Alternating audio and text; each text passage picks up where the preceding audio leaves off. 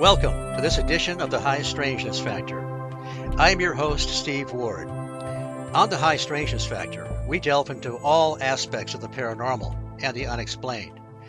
We put a special emphasis on the patterns and parallels between disparate types of phenomena, such as UFOs, cryptids, and hauntings. Tonight, I have a very special guest. Hear that, Bruce? You're a special guest. Bruce Harrington is the founder of the Creature Weekend. The Creature Weekend is a conference dedicated to the exploration and discussion of cryptozoology.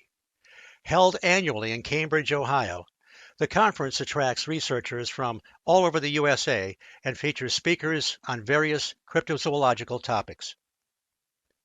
Whether you are an experienced researcher, armchair enthusiast, or someone who would like to learn about the exciting field of cryptozoology, Creature Weekend offers something for everyone in a friendly and fun environment. It provides workshops that teach beginners and veterans the proper way to collect potential evidence for the existence of cryptids and offers hikes into the field for a real investigative experience. The Creature Weekend also sponsors a summer campout that is a family-friendly way to share your experiences and best practices in the field with others who share your passion. Bruce, welcome to the High Strangeness Factor. Steve, thank you so much for having me on the show. I really appreciate it. It's quite an honor. Well, listen, I'm glad it's quite an honor. You and I go back a few years, and you have how many years have you been doing the Creature Weekend? I believe so. This is our 8th year doing this event. That's kind of surprising. I didn't think it would be that long. And let's tell people what the area is like. Salt Fork State Park, near Cambridge, Ohio. Tell us a little bit about the area that you've chosen for this great event. So Salt Fork State Park is one of the largest state parks in Ohio. I think it is the largest state park, and it's unique because there are other parks that have had some high strangeness, but I think it's primarily known for its a rich history of Bigfoot sightings. And there have been Bigfoot sightings at Salt Fork going all the way back, I think documented to the 70s. Or even earlier than that. But I know at least in the 70s there was a string of Bigfoot sightings there at the park. And so, of course, there was also made famous by the Finding Bigfoot crew. They came to Salt Fork, and since then, it's just been kind of a cryptid, destination for people who are interested in cryptozoology. Well, I remember reading, was it Don Keating that wrote a book on some of the sightings in the area? Some of my favorite books on these topics are done by, people in the field. Doug Waller's another guy. And they write these books where they have gone out and done the research and talked to people one-on-one.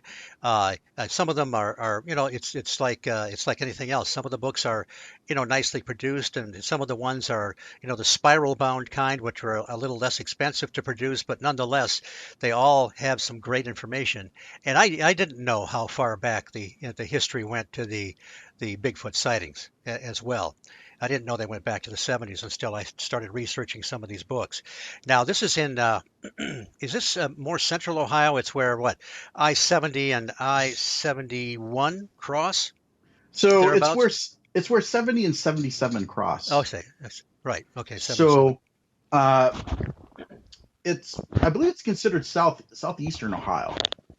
Oh, that makes sense. Yeah, because you get to stray too far away from that part of Ohio, and it gets flat like the part of southeastern Michigan. Sure. Uh, so, what what spurred you to do this? You there have been other conferences out there and so forth. But I mean, this is a big undertaking, and I watch you when I get to hardly ever get to talk to you at these events because you're so busy, and you're a guy that has this great attention to detail. And there's a lot of it's not you don't just line up. We'll talk about all aspects in a moment, but you don't just line up a couple speakers and then take a nap. I mean, there's a lot to it, and so. I'm pretty sure that I don't see myself undertaking something this big. So, what was it that drives you? What caused you to think about doing this in the first place? Well, Steve, there's no one who is more surprised that this event has gone on for 8 years than me. So every year I say, you know what? I mean, the work is just a lot of work, and I always say, all right, that's it. I want my life back because it's really like when you put one of these on and you want to do it right. It's a lot of work. It's a lot of personal investment in the event, and you never know how it's going to turn out. And I never received any training in putting one of these on. It was just all trial and error, and it was mostly 95% error versus 5% trial. But what makes me do it every year, Steve, is that people have a great time and they say, oh, you're going to do it next year, right? And there are a couple times when I said, well, I don't know, we'll have to see. But people email me, they Facebook message me, and they're just really eager to do it. I'm really flattered that people like the event so much and want to come back to it year after year. So that makes me want to do a good job at putting it on. And I think, there's tons of conferences. There are a heck of a lot more conferences out there now than there used to be. And just everyone's doing one, and which is great because I think, it's good to have a lot of choice for people. And it's good to have an event that's in your geographical area because people seldom will fly across the country to go to an event. Although I'm an avid conference goer, so I do that a lot. And that's sort of because I have a lot of experience as an attendee, that's sort of shaped my idea of how a conference should run. And it's not lost on me, Steve, that look, these things are expensive. I mean, they're expensive to put on, but it's also expensive to attend. And so some people put these on and they don't really care about the attendee experience. But for me, it's all about the attendee experience. Some people spend, a large portion of their disposable income to go to these events. And I'd like for them to leave the event thinking, wow, that was a great use of my money. I'd love to come back. So that's always the experience that we're pushing for here at Creature Weekend. Well, I mean, I'm sure, I've been to conferences that are run really well and others that aren't. I went to the UFO Contact event I spoke there in Houghton Lake last year. And man, you talk about a well-run conference and attention to detail. That's the same thing. You may have, disasters that crop up behind the scenes and have to punt every now and then, but it doesn't show. I mean, I have not attended all of these, but the ones I've been to are just seem to go really smoothly. I also want to talk, if we can paint a picture a little bit of what this area looks like. I don't know if you know how many acres, how many thousands of acres this area is, but it just covers. It's huge, and you've got this beautiful resort area where everybody sleeps and the conferences take place, and you have a nice little restaurant there. But the surrounding area, I mean, it's just spectacular. Yeah, it's I believe it's about a little bit over 17,000 acres at Saltport State Park. So it's a fairly large area, and like all state parks, there are certain areas where people go, but the majority of it, is really remote. So there's a lake that goes through Salt Fork, and the people who go there during the summertime usually congregate around the lake, some sort of fishing or boating activity. There's the campgrounds, but a large portion of the park is very remote, and very few people go. So having been there, I've been going to Salt Fork since 2000, early 2000s, and you just really don't understand how massive an area that is. And Ohio's not really one of the places I think of when I think of unknown, cryptids. So, right. I mean, Bigfoot. I mean, I used to think of Ohio as like a sort of this flat area, and and certainly there are parts of it that are nondescript, but Salt Fork, there's really a lot of habitat there. So there's no doubt in my mind that there could be something lurking there. Well, I've talked to some of the people that were there during different conferences that were credible witnesses to seeing something out there. So there's definitely something going on. Also, there's a lot of different hiking trails, and a lot of them are very accessible. You don't have to be a skilled mountaineer to get through a lot of these areas. And it is, and again, we'll get to more of this later, but on some of the excursions you take people on, you take us way out down some of these pathways, and you really have the feeling of being out in the wilderness, even though you're in the center of Ohio. Yes, you really do. It's a great experience, and part of the remoteness of the venue where we have the event is sort of it sort of contributes to the atmosphere. So when you leave the highway and you go off on the road that leads up to the lodge, you're winding your way through the park, and it takes probably a good 15 minutes once you leave the highway to get to the lodge. That's once you right. leave the road. It's several miles to get there to the lodge, and Yeah. back in the old days, we used to actually for lunch sometimes we were a little bit frugal, and so we decided we would go into town. Cambridge, of course, is the nearest town, but it's not that close, and so we would go in and get maybe lunch there. But heck, by the time you drove there and got back, you weren't saving any money, and you were cheating yourself out of staying at the lodge in the lodge area a little bit longer. They've got a nice restaurant there, which really isn't that expensive. So They really do. They really do. And believe it or not, when I put on this event, the meals are part of the negotiation. So we actually do think about that. So the conversation that I have with them is like, okay, so what can we have that's cost effective for people and quick? I think in the old days, they had a buffet, but it would take a really long time for people to get through that line. And I said to him, look, I really got involved in the meal planning. So every detail of that day is really planned out with the folks at the lodge. So take us with you're talking about the meals. One of the first things that happens when you get there on Friday is that you have a special dinner. And you have one or more of the speakers that are going to be speaking again anyway, but you'll have a nice presentation that evening as well. So kind of take us through that, what happens on Friday when you first get there. Well, so typically we, in the 8 years that we've done this, we've changed it up a little bit, but pretty much it's the same format for the weekend. Unlike a lot of other events, Creature Weekend is planned out as a full 3-day event. So, other conferences, you go there and you'll go on a Saturday and that'll be it. But we actually plan things out so that there's stuff to do the moment you get there on Friday up until the minute you leave on Sunday. So one of the things that we do is we have the meet and greet at the lodge. So basically anyone who's there at the lodge, it's a way for you to meet other people who you're going to be meeting again and again throughout the weekend.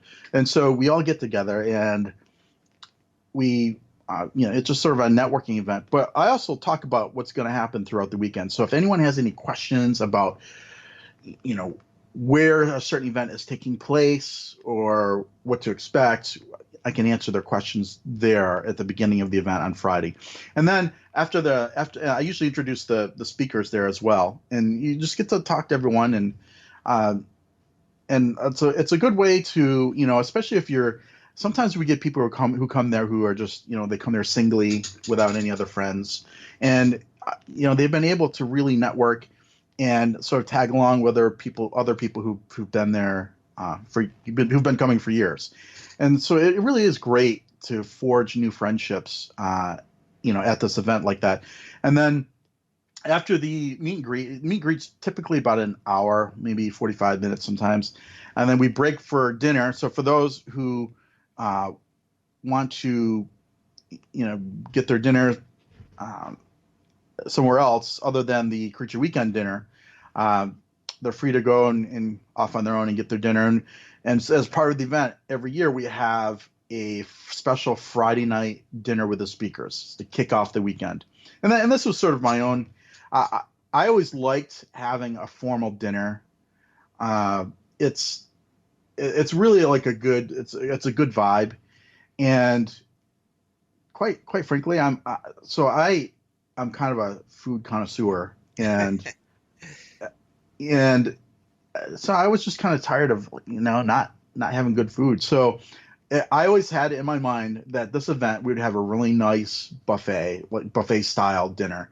And it's always been, we've always had prime rib, and we've had, chicken, and there's also a veggie option as well this year. I think they're doing teriyaki stir fry for people who are vegetarians.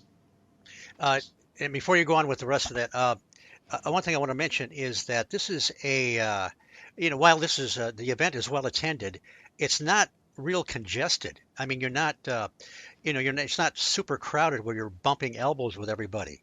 It's just has a nice balance of people, and which enables you to have better access to your speakers, which is really nice. I mean, I have been to events where, it's so crowded that it's very hard to spend any time talking with the main attractions there.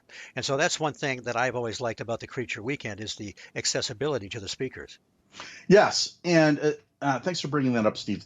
So I've been to events as well where it is so crowded, and it's mostly these convention type events where you come there to meet the speaker, but you don't really get an opportunity to have a conversation with the speaker. So, you say, hey, I don't know, name the celebrity. I've been a huge fan of yours. And then 2 seconds later, someone jumps in front of you, and, it's a very competitive environment. So when I was planning this event, and also people ask me, how do you distinguish your event from other events? I think that is one of the defining factors of the event, is that it's an event where you can actually have you can actually have access to the speaker. So I remember one year it was when John Meinzinski was speaking, and there are a couple of the speakers. Now, who is he again for people that don't know who he is? So John Meinzinski was is a wildlife biologist. He spent some time out in the Sierras, and he had what I think is probably an encounter with a creature where he was sleeping in a tent, and a big hand compressed the ceiling of the tent down, and I think that was sort of the defining moment for John, where he said, hey, that was kind of strange, what's going on here? But John had a long history of being a wildlife biologist, and specifically, I think he studied like mountain goats and things like that. So anyway, John was a speaker at Creature Weekend, and I remember one night walking through the lobby there, and he was sitting in the lounge, and there were like 15, 20 people just sitting around, just mesmerized by all these stories that he had out in the field. And I thought, what? This is I wish I took a picture of it. This is exactly the kind of event I want to have. Because those are memories that you carry with you forever. The night, the John, you sat around with John Meinzinski, and he he regaled you with all of his stories out in the field. You know. Well, I remember, well, it was one of the meet and greets. Had a chance to talk to Nick Redfern at some length, and Nick's a very accessible guy. Another guy that I saw at your one of your events is Ron Moorhead, who's a legend in the. He's the guy that captured the Sierra sounds and the Sierra Nevadas of apparently real Bigfoot recordings, and so it's just. It's really, really great to have access to these people. And by the way, you've consistently, and I'm sure the field is filled with mostly people like this, but you consistently get people that are friendly and accessible. There's you don't get any aloof speakers that run off by themselves at the Creature Weekend. You don't ever choose anybody of that caliber. I do really. So when it comes to Creature Weekend, I pick the speakers probably as much as the speakers pick the event, as you know, and part of it is there are some well-known speakers out there, cryptozoologists, who, you know, I probably have never approached for one reason or another, and part of it is I have kind of an idea in my mind what I would like for a lineup. So I like to vary the topics. So at a Bigfoot conference, you know, it's like Bigfoot, Bigfoot, Bigfoot, Bigfoot. So even though that does happen on occasion at Creature Weekend, I do try to mix it up. So, you know, last year we had Stanton Friedman, and Stanton Friedman talked about, you know, his work on Roswell, and of course Stanton was, you know, one of the foremost experts on Roswell. And how great was it, Bruce, that you got this man who is a legend, and some people got a chance to meet him, and of course we just lost him this past year. But We did. how great was it that you scheduled him when you did? It was just a fun. I want to look back on that experience with Stanton. So I knew Stanton for a long time, because, you know, I've been going to events where he was featured, and so he knew me, I knew him by name, and so every time I'd see him at his table or whatever, I'd introduce myself, and finally I just said, you know, I want to get this guy because he's just really, you know, it's just really interesting guy, and I said, you know, when a couple years ago, I'm like, I'm gonna get him at Creature Weekend, and I'll be damned if someone gives if they put up some sort of protest because he's not Bigfoot related, but he gave a phenomenal presentation, like historical, Yes. really. And it was fun to hear about his. I mean, he got into the sort of his autobiography of all the different abandoned projects that the government started him on, all these nuclear projects, nuclear airplanes, and so forth. That we figured things out and we did this, and then no, they canceled the program. Yeah.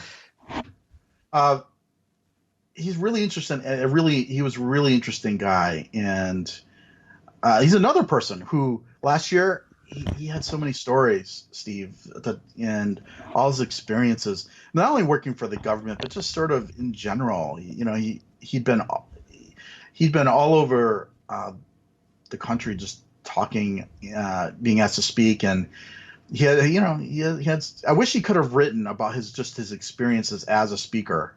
Oh my God. You know, that would have been a hilarious. So I really miss the guy. And he always had a good story about Philip Klass. And for those that don't know, Philip Klass was the ultimate debunker, UFO debunker, and a very unpleasant individual. Just a little side story here. I grew up in the Detroit area. On Sunday nights, we used to have a TV show called the Lou Gordon Show, and it was done live. And one Sunday night, there was Stanton Friedman, Phil Klass, and Betty Hill, the famous abductee. Sure. And so that was quite interesting. Wow, that must have been something. So last year, Stanton Friedman, you know, gave a presentation at the Friday night dinner, and so the Friday night dinner, what we do is everyone is seated at their table, and we always reserve one chair at each table for a speaker, and so the speakers pick numbers out of the hat, and then, you know, they go sit at the table. So you actually get to have dinner with a speaker at Creature Weekend. And when you have a really large group, you really can't do that really effectively. But with a smaller group, like you said, it was really neat. I mean, these people. So it was. I just received an email probably about 3 months ago about.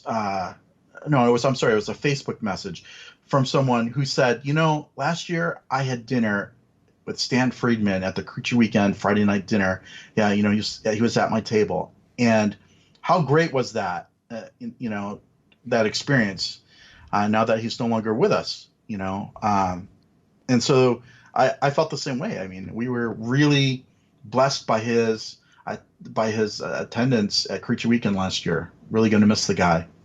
Okay, now we are gonna get into more of the past guests because you had quite a phenomenal roster of great guests. But let's get a little bit into the upcoming Creature Weekend, Sure. which is what's the date in October? So this year, Creature Weekend is going to be held from October 18th to the 20th. Okay. So basically, you come in on Friday. We have the meet and greet. This year it's a little bit earlier to accommodate our dinner schedule, and then we have the dinner.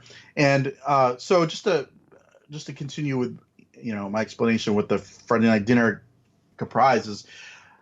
So not only do you get to hear speakers, and not only do you get to sit with them at a table and talk to them throughout your dinner, but we also part of the Friday night dinner theme is that you get with your dinner ticket a free poster, a free Creature Weekend poster that's autographed by all of the speakers. And That's right. so after dinner, everyone lines up and you just grab your poster and you bring it down through the line and all the speakers sign it. Because to try and get all the speakers to sign it on Saturday, the day of the conference, it's just really challenging because they're speaking or there's other people there. But it's nice to be able to get that out of the way, and you get a really nice poster tube to put your poster in so it doesn't get damaged. And I can attest to all this. Yes, I have experience. This is just, I'll have you go on in a second, but this is just one of the many small little benefits, attention to detail, that is just a natural progression of the Creature Weekend. But go ahead. Yeah, well, so being an attendee, Steve, I've been to events where you get a really cool poster, but then it gets destroyed on the way home on the plane or something, and it was one of those little things I remembered, and I wanted the people who came to Creature Weekend to have a better experience than I did. But so yeah, and then after the dinner event, then is this Saturday, and we have vendors who come and set up vendor tables, and they have cryptozoologically themed items, Bigfoot, UFO, T-shirts, hats, things like that. And it's a really cool place to go and get stuff that you're probably not going to find anywhere else. Right, there's a nice little vendor area in right adjacent to where the restaurant is, as I recall. And I always get a little bit confused. There's a few different levels there, and I always get a little confused as to what level I'm on sometimes. But you have to sometimes go upstairs to get to where your rooms are or whatever. But it's just beautifully done in there.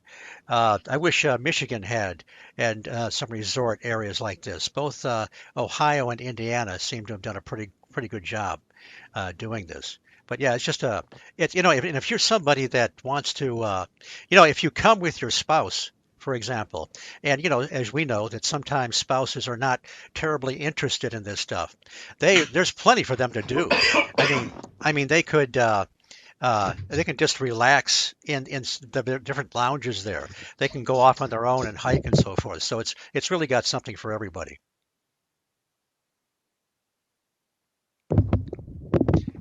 Okay, I think we're having some technical difficulties there. Are you with us? Are there, Steve? Yes, I'm here. That's okay. We just had a Okay. little technical glitch, which happens occasionally. Everything good over there? Everything's good. Okay. And so anyway, you were starting to talk about we've pretty much talked about the opening, the Friday, and how many people are going to be speaking there this year? So let's see. We have Bob Gimlin, Now, Bob Gimlin. Let's give a little for the few people that won't know what we're talking about. Tell us who Bob Gimlin is. Well, Steve, if you know who Bob, Well, if I you don't know, know I who know. Bob Gimlin is, then no, I'm kidding. So Bob Gimlin, great guy. I've known him for a long time. So back in 1967, there were a couple of guys, Roger Patterson and Bob Gimlin, and I'll make the story short because you can read about it online everywhere. Sure. But we only have a limited number of minutes on the show. Right. So Bob Gimlin and Roger Patterson, they were looking for Bigfoot. Bob Gimlin was known as a tracker and a real outdoorsman. He was asked by Roger Patterson to accompany him out in the woods. They were on horseback, and they're exploring along this tributary known as Bluff Creek. And so as they were coming around a bend, they filmed what is allegedly an actual Bigfoot that was, I guess it was crouched down near the river, and then when they approached, it stood up and walked away. And that footage is really famous footage. You can, if you Google it, you can see, there's a few frames of it that are very famous. And I'd like to add that in past years, you've had Jeffrey Meldrum on, a scientist and Bigfoot researcher, and Bill Moon, a costume designer, and they both discussed that film. And I think we're getting a little bit of noise from your microphone there. Okay. Just so you know. But they both really demonstrated that this is likely a very real creature. So that was pretty cool. And before you go on about Bob and the other guests, I met Bob last year for the first time ever at the Creature Weekend. And we just talked about accessibility. I was standing there with him for a long period of time with John and Tim Frick, of course, a couple guys that are very much a part of the Mothman Festival, and we just had a nice long conversation. Occasionally, people would drift in and talk. And Bob is truly one of the nicest guys you'll ever want to meet. I totally agree. So I met Bob easily over a decade ago. I mean, I went to they had a birthday party for him, and I was fortunate enough to be able to attend his birthday party out there in Washington.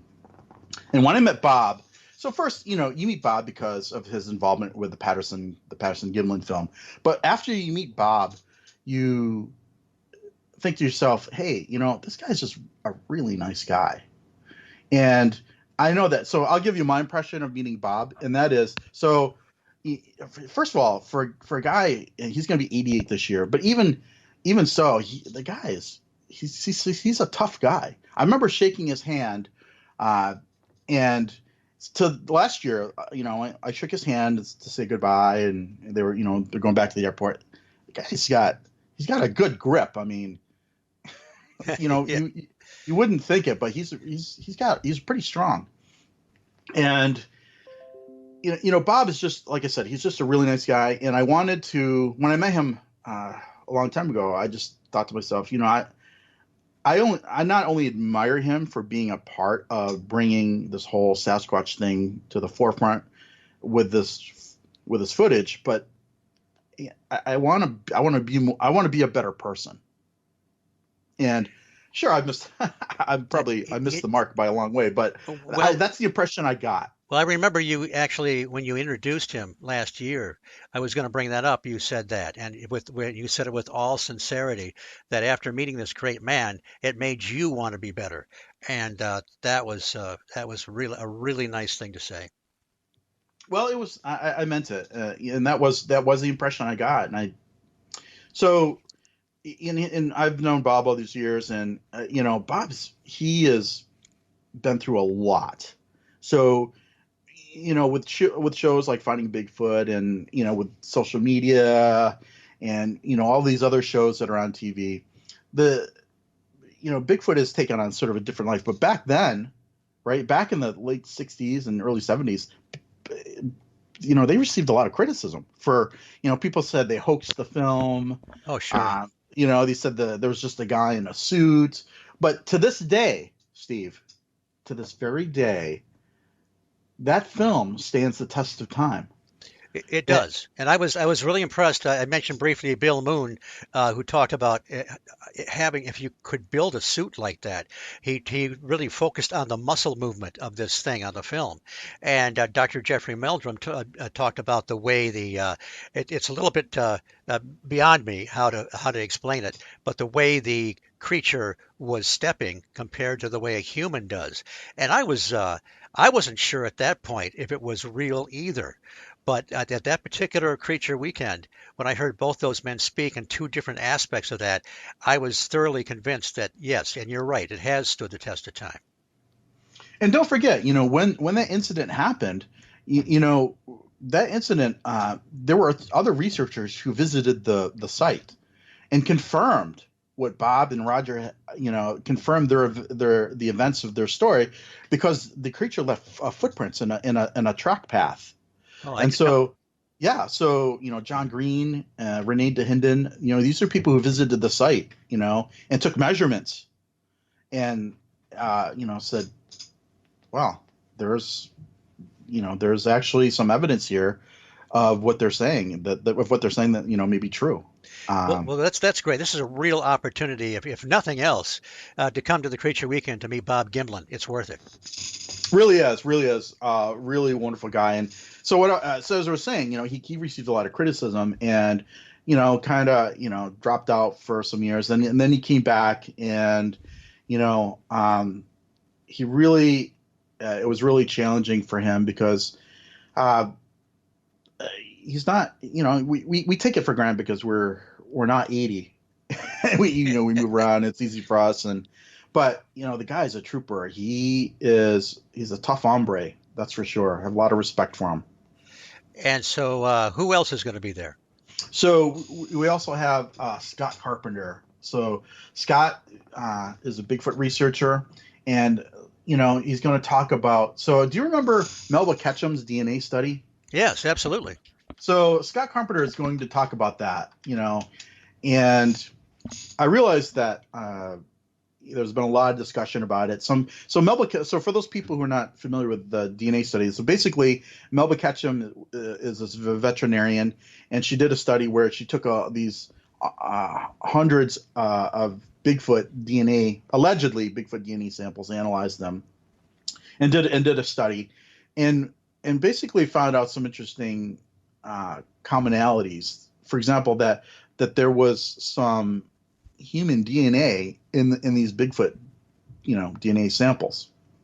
Now, the the the controversy comes in because people say, well, if there's human DNA, then your study has been tainted. The samples have been contaminated with human DNA, so we invalidate what you've done.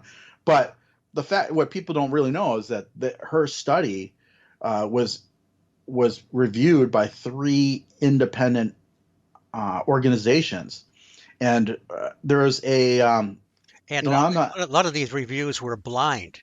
They didn't Yes, know. They were not. Their ideas weren't tainted by knowing that these were supposed to be Bigfoot samples. right. And there were there's I'm not a biologist, but there's a certain number that you get when you do this calculation, and the number represent. I can't remember whether it's the higher number represents contamination or lower number, but I think it's the lower the number, then that represents contamination, and all these numbers well above the threshold. Yeah, I So was. I'm no expert on this, but I've heard her speak at some length, and I'm convinced that there is really something to it. When you look at all the blind the individuals that got it, where they were essentially a blind target, so to speak, and yeah, there's something very compelling there. And I'm not at all. I don't have any problem at all with the possibility that there's some kind of a human strain in these creatures that go back, what do they say, 15,000 years or something like that. Well, sure. I mean, even if you just take a random sample from the human population, there's traces of some sort of Neanderthal. Neanderthal, Denisovans. And now Um, I might have more of that in me than most people, but we'll go on. so, Scott's going to be talking about the study, and you'll get to ask him questions because he's really very fluent with Melba Ketchum's work, and that'll be interesting. I know that I've tried to get Dr. Ketchum, but she, she's been through she's had a lot of criticism. She has been through hell. I had brief communication with her via Facebook, and yes, that's it. That's really fries me. If you in this field, if you don't disagree with somebody, even if you think the study is incorrect, you don't treat people that way. Well, not only that. So, Steve, here the problem I have with the way that she was treated. The majority of people who criticized her never read her report. That's right. Right. So if you're going to criticize someone's work, at least read the report. Read their work.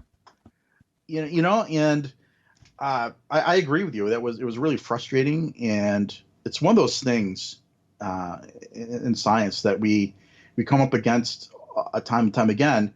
And it's not just Bigfooting. It's other things. People who do no research at all, and trust me, I'm one of the big, as you've known me for a long time. I'm a huge skeptic about everything. Right. So the more and more I put into these cryptids and Bigfoot, and the more I realize, there's more to the story. It's not just people who are crazy. It's not just people who are misidentifying something. It's not just people who want 15 minutes of fame. There's more to this mystery than that, and so it's taught me to keep an open mind, really. And there are, when you, as you know, when you go through these reports, past and present and so forth, you find patterns. You find some of the same behaviors and reports of things that keep coming up, and that people haven't been able to compare notes on. And when you find these patterns when they come up, it's compelling. Absolutely. So I've had a long interest in the paranormal, cryptozoology, and it's been kind of a hobby of mine. I've been researching it for well over 20 years, probably closer to 30. I've traveled all over the country to not only interview eyewitnesses, but to actually go into these areas where the sighting events occurred, look for evidence. And I'll tell you, there's a lot out there that we just don't know about, and there's a lot of land out there. You get the impression, because we have these maps now, you can just go on Google Earth and see things. You get this impression that every place has been traveled, but that's actually not true. Even in a place like Salt Fork State Park, the majority of people stick to the trails. Very few people go off those trails, and so even though they get thousands and thousands of people at the park every year, people say, well, if there was an animal there, these people would see it by now.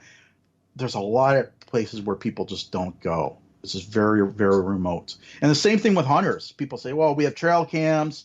Why, if this Bigfoot was real, why don't we have more trail cam footage on them? Yeah, this is a big country. There's a lot of land out there, and the trail cam footage is, very, very limited. Well, also every indication, everybody that has studied these. And now, as you know, I think that there may be, some kind of a paranormal connection to some of these things, not exclusively, but some of them. But nonetheless, people that have looked into Bigfoot all seem to agree that these beings, whatever they are exceptionally smart. They're not a lot smarter than most people, and they're able to avoid detection that way. Well, certainly, I think that everything I know about these creatures, based on eyewitness reports and things I've read, and trust me, I've interviewed, dozens and dozens of eyewitnesses, and you're right. There are some similarities that they all have with their eyewitness accounts. And I like interviewing people in person rather than over the phone, because you can really get an idea of whether they're trying to pull the wool over your eyes, or whether they actually believe what they saw. I'll give you an example. So up in New Hampshire, there's a gentleman up there who was, he thought he might be having some sort of Sasquatch activity up there. So, he contacted me. I went up there and I interviewed him in person, and the guy was, he's probably in his late 50s, but he was really freaked out by things that are going on up there. And we were out there talking. I remember it was, in the afternoon or about 3 o'clock, and we were out on the back lawn, and the back lawn faces like this huge preserve. And he said, "Oh, all right, well, can we go inside?" And I said, "Yeah, why? It's a beautiful day out." And he said, "Well, after 3 o'clock, I get this. I think that's when they come out." And he proceeded to tell me there are times, because the property used to belong to his mom, and he'd go up there and do road telling in the garden and stuff like that. But at this time in the afternoon, he always got the feeling that he was being watched from the woods. Now, could that have been something in his head that he just thought was, whatever? But he was freaked out by it, and so he told me he all of his lawn work and all the stuff would always end at 3 o'clock, because that's when he had that weird feeling. And we can talk about, if I ever get on the show again, I can actually talk about that case, because I researched that case personally, and it's an interesting case that goes back 10, 20 years on that property, that his mom had been having these I'd call them only like visitations, right? It's not like she habitualized them or anything, but they just had strange things happen at the house they couldn't explain. And you sort of, when you research these things, you always try to remove the obvious, right? So it could have been a bear. Well, it could have been, but this thing was about 8 feet tall and walked on 2 legs. Okay, so probably not a bear. But the New Hampshire brown bear, it's only like 400 or 500 pounds, and even when it's on its hind legs, it may, if it reached up with its paw, it may reach 7 feet. But they're very, very small. I mean, they're I think you would know a New Hampshire black bear from a bipedal hairy hominid. Right. And when you get these consistent reports, not all these people are seeing misidentifying a bear. I mean, there's just something very significant going on. But yeah, we can pursue that, but perhaps even when we do part 2, and you'll be back from time to time. So as long as I'm employed with the show, which doesn't offer a paycheck, but that's just fine with me. As long as I'm doing this, you will be back. Well, so I apologize. So I go off on these tangents. No, tangents are what we are. My stock and trade are tangents here for the high strangeness factor, so that's not a problem. So we were talking about speakers who's speaking at Creature Weekend. So all right. So after that long tangent, Scott Carpenter is so Bob Gimlin, Scott Carpenter. Another person is this guy. His name's James Renner. So he's actually a native of Ohio, and I think he does he writes a lot of true crime mysteries now, but he wrote a book called what was the name of the book? I think it was called Weird Ohio, and in this book, he just talks about these strange oddities that are unique to Ohio. So I'm having him speak at the event, and he's going to be talking about, for example, the Loveland Frog, right? Oh, yeah. You remember the Loveland Frog incident? Oh, sure. Yeah. Police officers, witnessed this huge frog, like 3 or 4 feet tall, climb this fence, and jumped into this river. And then he talks about like melon heads of Kirtland. I don't know if you've ever heard of them. Yep. Never met one, fortunately. The Werewolf of Defiance, Ohio. Okay, here's this book. It might be. It came from Ohio. Oh yes, it came from Ohio. Thank you very much. All right. Yeah, I see he's written. I know a an individual that might be coming to this from a long distance that is knows James Renner from his true crime books, which looks like he's produced quite a few of those, like Yes. the Serial Killer's Apprentice. I think I'll avoid that one. But yes, that looks. I've always, I've been looking at that book for a long time. It came from Ohio, one I've not purchased, but it looks pretty interesting. Looks like he'll be a good guest. Yes. So he's a really interesting guy. He's actually going to be there with his family that weekend. And then we're having back Adam Davies. Adam Davies, again, he is famous for being an explorer, adventurer. Is a cryptozoologist who I've gotten to know, and really great guy. I really like Adam, and he has a great sense of humor, and he's just really he's an encyclopedia when it comes to cryptids. He's been everywhere. He's been researching like the orang pendek in Sumatra. Right. Where's he from originally? I believe he's from the UK. Okay. Yeah, and he's been researching like the Yeren in China. I think he actually went to Norway to do some research on the Seljord serpent. And he's been on the Discovery Channel, History Channel, the Monster Quest, finding Bigfoot. So he's a pretty big name in cryptozoology, and he is really entertaining, really funny. He also did a recent expedition up into, and I have to be careful not to give too much away, but essentially up in Canada, there's this village, and the village, the people who live in that village, they kind of at night they don't go out, and they don't go out because allegedly at night the Bigfoot sort of come in from the forest, and they kind of upset things, so people just stay indoors. So he went up there to check that out, and he's going to be talking about that expedition. Oh, that's going to be good. Yeah, that'll be pretty good. So James Vieira. So James Vieira is a stonemason. He's wrote a few books on lost giants.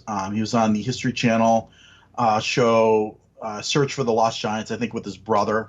Yes, it was that was actually pretty good. He and his brother.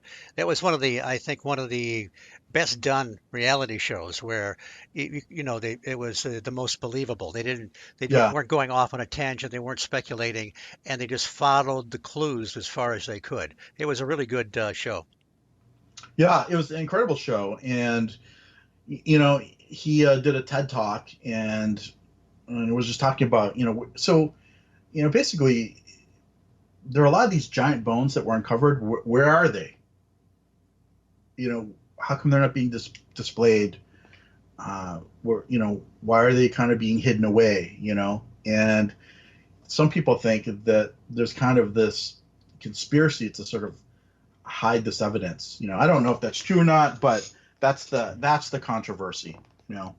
But so James, has done a lot of research into these lost giants, and I'm really interested to hear, what he has to say about, what he thinks these giants, how they, how they play into, human civilization. Are they, could they be the Nephilim that the Bible talks about? Hmm. You know, One of the books he's written is called Giants on Record, and I think it's mostly made up of clippings and so forth of all these different finds that they keep digging up. I mean, these were real articles. They were presumably reporting on something that really happened, and maybe a few of them were journalistic hoaxes.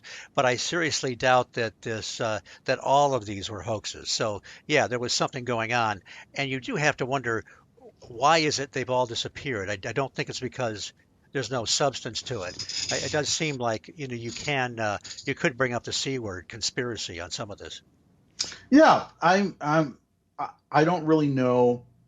Honestly, I don't really know sort of all the evidence that people are putting forth. So that's one of the reasons why I'm really eager. I'm looking forward to James's presentation on Friday night. So James will be giving a presentation Friday night on these Lost Giants, and then on Saturday he won't be speaking, but he'll be available for questions. We're going to have a sort of speaker panel, Oh, okay. and so and part of the reason is because we just have so many things going on that we had to organize it this way just to fit everyone's presentation in. Um, and so it's going to be a fun feature packed weekend if you come to Creature Weekend. I guarantee you won't be bored. No, Um, never bored at Creature Weekend. no, no. So we were talking so on Saturday we have the vendor tables at the event, and I said, like I said, the vendors offer some unique items for sale that are cryptozoologically themed. And so if definitely, and that's free. So even if you don't buy a ticket to come to Creature Weekend, come and visit the vendor tables, because they have a lot of neat stuff. And by the time I get to the tables, everything's sold out. So I always, I You're always just too damn busy. I mean, you're just a blur. It's kind of like you're kind of like Ricochet Rabbit during the whole weekend. We just there are don't so don't many see there are see so you much. many there's so many things to attend to, and fires to put out, and so I'm usually bouncing around. And the funny thing is, like, here's a paradox for you. One of the things I like about the event is that I get to see all my friends. I only see them once a year at this event, but the paradox is I'm so busy I don't really get a chance to talk to them that much. We after the event is over, we have a fun time, but during the event, it's everyone's just really to the wall. And and let me just say too, Steve, Yeah. I take no credit for the success of the event. The event has been extremely successful because we have very passionate volunteers who work the event every year. They come back every year. You're up late at night, you're up early in the morning, and they do it because they're just really passionate about making it a world class event. So, is it okay if I Well, I'm going to disagree with you a little bit. okay? You still get a great deal of credit, but yes, I'm really glad you pointed out the tireless, the slave driving work that Bruce. I mean the tireless volunteer work that they do. Because yeah, there are, all kidding aside, there are some really great people that help make this thing work. Yeah, they're really great people. If I could just shout out to them, Adam Vanessa Weiland, Rich Washington, Amy Boo, and her friend Tina, and her other friend Lester, Brian and Terry Seach, Leona Pliska, and the other people, all the other people who step in and help wherever it's needed. I really, really appreciate their support and their passion for the event. It really makes a huge difference. And while I'm thanking people, I don't want to forget the fact that this year Bob Gimlin's presentation is sponsored by the folks from Cryptid North America. So they're actually sponsoring Bob's appearance at Creature Weekend. Do you know these guys? No, Or I don't know them. It'd be nice to meet them. yeah, so actually it's a husband and wife team, and they the husband, his name is Mike Larissa, and his wife's name is Hope.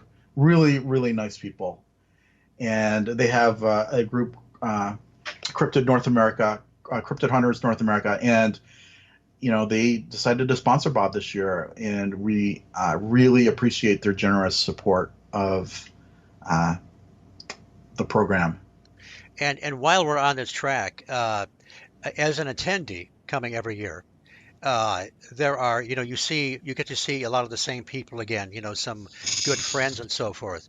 But in general, the people that attend this event are just great people and fun to be with.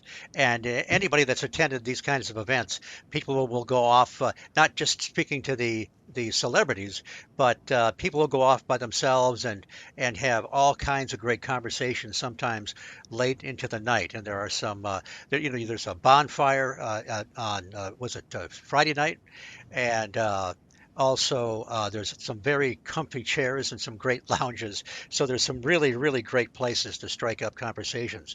Now, Bruce, what I'm going to do is we're going to wrap up part one of the of all the information on the Creature Weekend.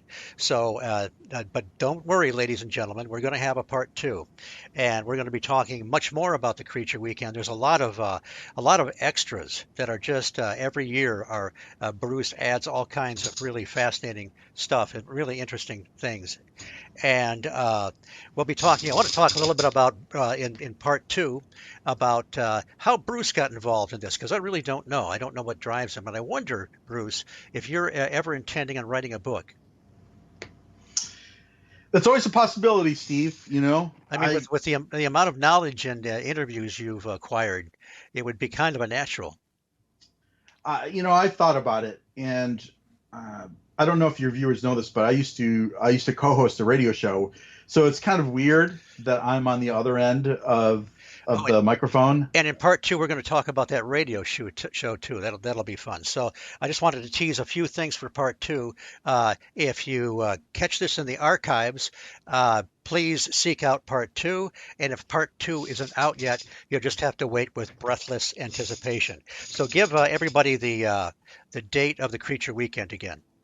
So the date of this year's Creature Weekend 2019 is October 18th through the 20th, and all the information is on the website at www.creatureweekend.com. And you can purchase your tickets on that website. It has the schedule, has the speaker bios, so everything you want to know. We also have a Facebook page. If you just go to facebook.com/creatureweekend, and we have an event page for the 2019 conference. So those are all ways that you can connect with us if you have any questions. Okay, now sit tight, Bruce. I'm going to do my little closeout. And again, ladies and gentlemen, there's definitely going to be a part two. And so, again, I want to thank Bruce Harrington. This was a great hour, Bruce. It just went by in no time. A lot of fun. So, probably part two will go by just as fast. Now, I also want to thank Irene Ellen Block and Mark Johnson. They are our fearless leaders here on the Paranormal UK Radio Network. I need to also thank Andy Mercer, my part-time co-host and my full-time producer, and he's the guy that makes the show sound as good as it possibly can. I also want to thank Brian Zeller, who has created the original music for the show. And I am Steve Ward, your humble host here on the High Strangeness Factor, a displaced Yank here on the Paranormal UK Radio Network. Thanks for listening. I will see you all again in a fortnight. Take care.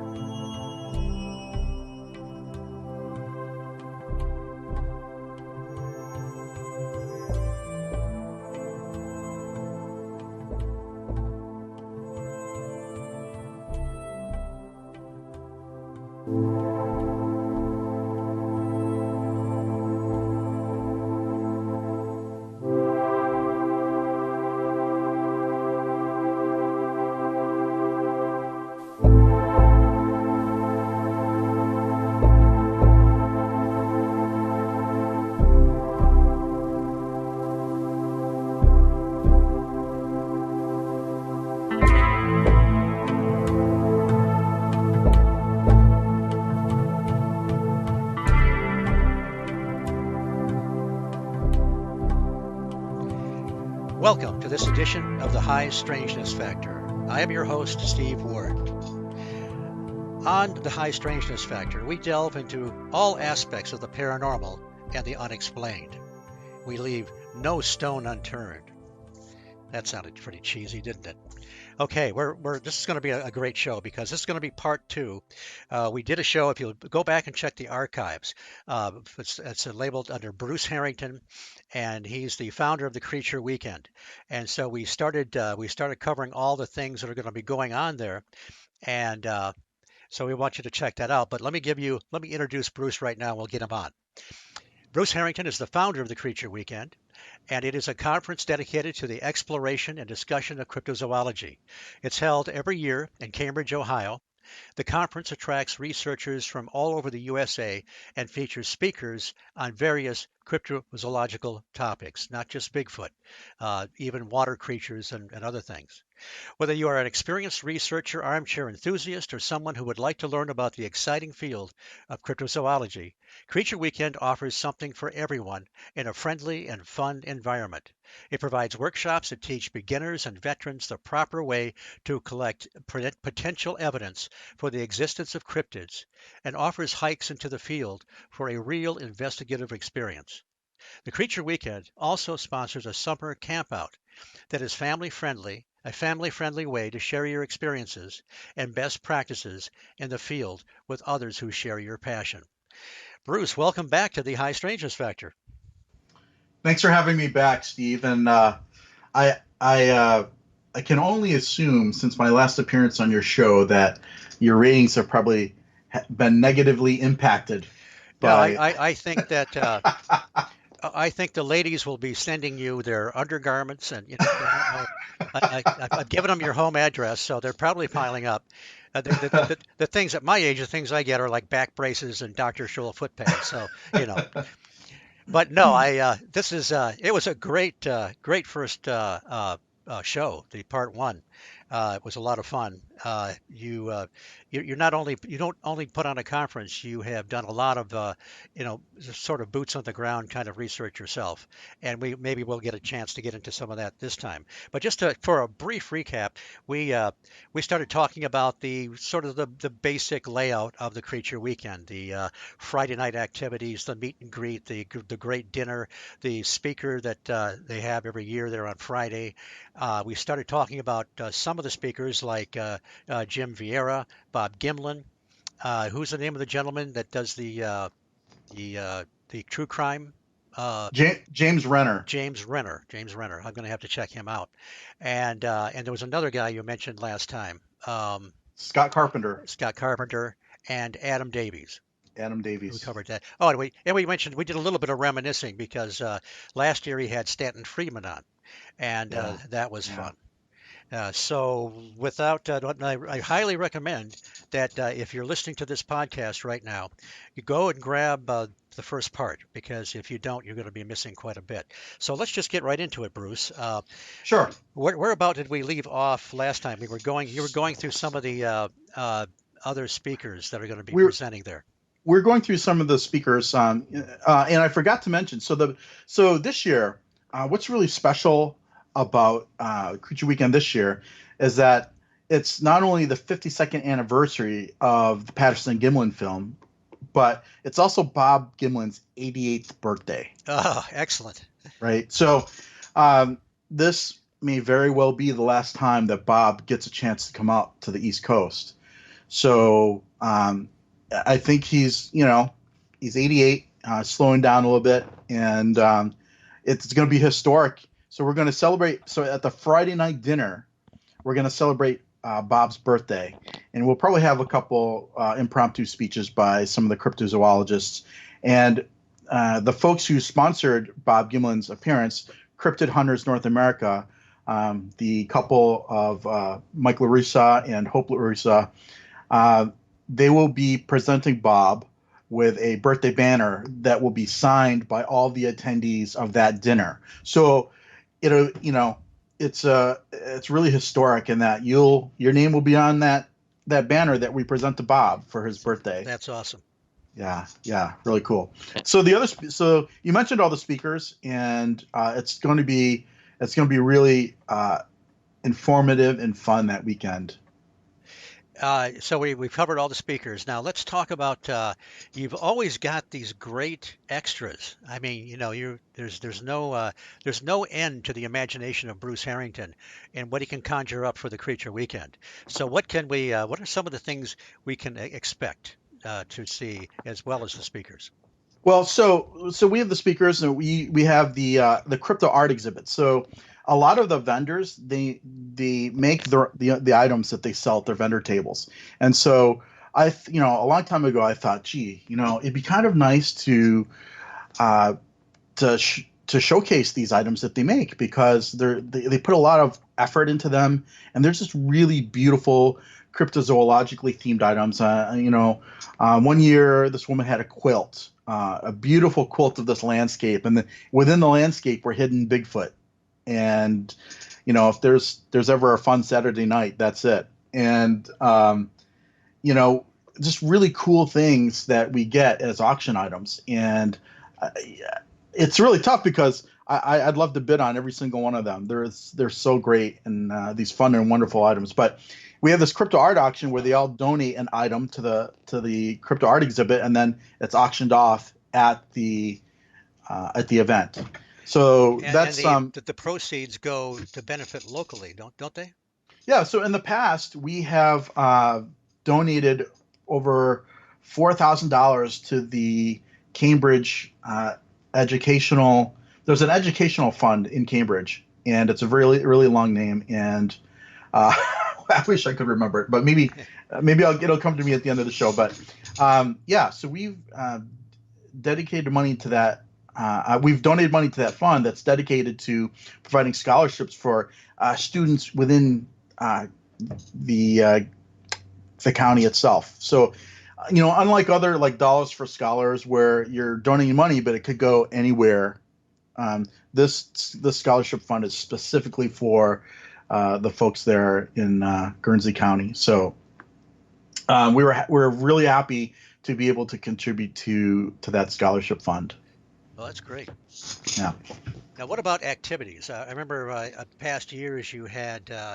Well, we have walks at night. You one year was it Billy? Billy dressed up like a Bigfoot. Oh, that was the Mountain Monsters year. Right. So, so there's actually a very funny story about that. So Now, first of all, let's tell them that a few years ago you had. Now, for those few people out there that don't know what we're talking about, Mountain Monsters, the very fun and creative.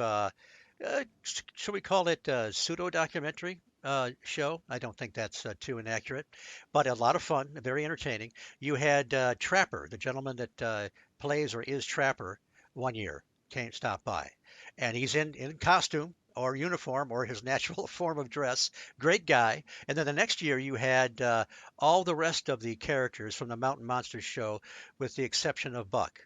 So, and they were all interacted with everybody, and they were on this particular run where you had somebody dress up like Bigfoot. But anyway, you were going to tell a story about that. Well, so the reason why we did that, so we usually do this night hike, and it's a great. So on the night hike, we take people through this area of woods, and we basically tell Bigfoot stories. And these Bigfoot stories are actual sightings that happened at Salt Fork, and some of them actually happened in the woods that we're in. So the atmosphere really adds to the event.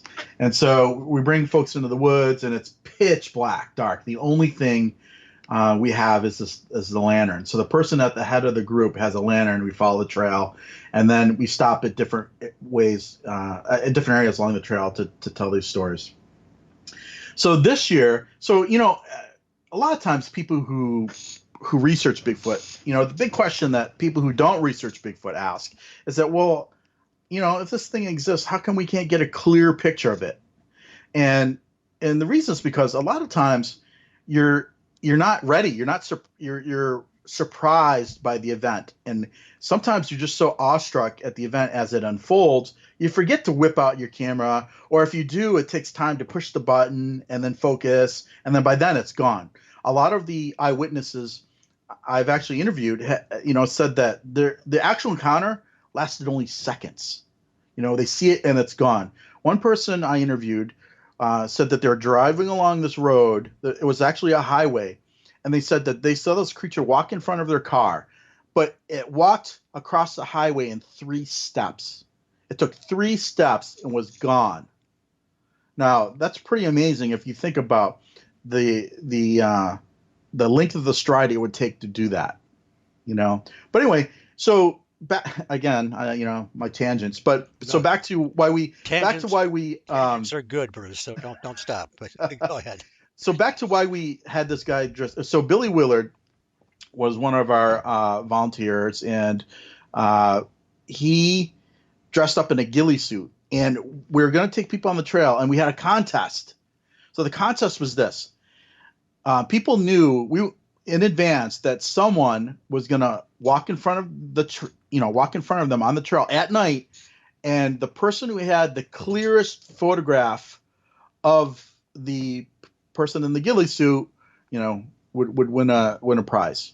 And so we wanted to prove basically how hard it is when you know that someone's going to walk out in front of you, how hard it is to get a clear picture, especially at night, And so we did this. We had this little contest, and we had that night. It was one of the best night hikes we've ever had. We had over 125 people on that night hike. Wow, that's unusual. Yeah. That is unusual because usually we get like half that. We had like 60 people, but that was the year that the Mountain Monsters were there, and they were on the hike, so a lot of people came out. And so we're going along this trail, and I'm at the head of the trail, and we have volunteers at the back of the trail just to make sure that we keep the group together. And so I stop at this area, and I look back and waiting for the group to catch up, and all of a sudden I hear a commotion. There's flashes going off, it's pitch black, right? So flashes going off, and I'm like, and people are like, look, there it is. And there's just a lot of this discussion and drama. And so I walk back to see what was going on, and this woman, says, I saw it, right? And I said, well, all right, well, let me see the picture. So she hands me her phone. And now, mind you, so when we're on this hike, we ask people to stay with the group, not to wander off into the woods by themselves. Obviously, it's dangerous at night, and we asked them to stay with the group on the trail. So I look at this woman's phone, and she got a picture of one of the Mountain Monsters guys relieving himself in the woods. I know which guy you're talking about as Right. well. Well, that was a nice way to capture an event in the wild. That's for sure. It was, yeah. So I said to her, I said, no, that's not what we were after for this contest. But it was kind of funny, though. Well, it was one of these educational things. I mean, I know you had a lot of other things. I think you had somebody off doing wood knocks and maybe doing a scream in the woods, and you were just testing to see how alert people could be to actually capture something that was really Right. going on. And Right. there was one guy that was that really got everything, did everything, and he won whatever the prize was. He won hands down. But Well, yeah, it was so very part very of the difficult to do. so part of the contest, Steve. So not only were people supposed to take a picture of the person in the ghillie suit, but there's a questionnaire that they had to answer it, right? So the picture was one aspect of the contest, but then when you came back, we had a bunch of questions that you had to answer. And for example, so you had to fill out an eyewitness report. So you had to describe how far away you were from the creature, how tall the creature was, and part of the contest was to prove, like, even among eyewitness reports, even people who were at the same event, that their descriptions vary, based on their perception, right? So, some people said, the person they saw was like 6'5". Other people said it was like 5'11". I think Billy is like 6'1". Right, he was a big guy. Yeah, he's a big guy, and so. And we did. You're right. We had wood knocks, and we had to. They had to say, they had to count how many wood knocks did you hear that night. Now there was a little glitch that night because we only did three or four wood knocks, but somewhere in the woods, in the middle of the night, something wood knocked back. Huh. So we were like, okay, so that's not something we planned on. But to this day, it's a mystery who or what that was. It could have been another hiker in the woods, but the uh, direction that wood knock was coming from wasn't like a camping area or anything. So that's why we were perplexed by it. So I Very mean, interesting. who knows what that could have been. So yeah, that's we they had to.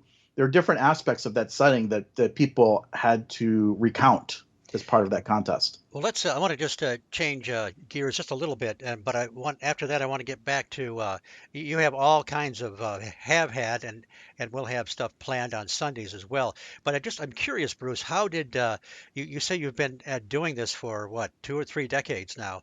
What is it that drew you into this initially? How did you? I mean, some people are experiencers. Me, I'm not an experiencer. I just became fascinated with first with UFOs, and then it branched out into other unexplained phenomena.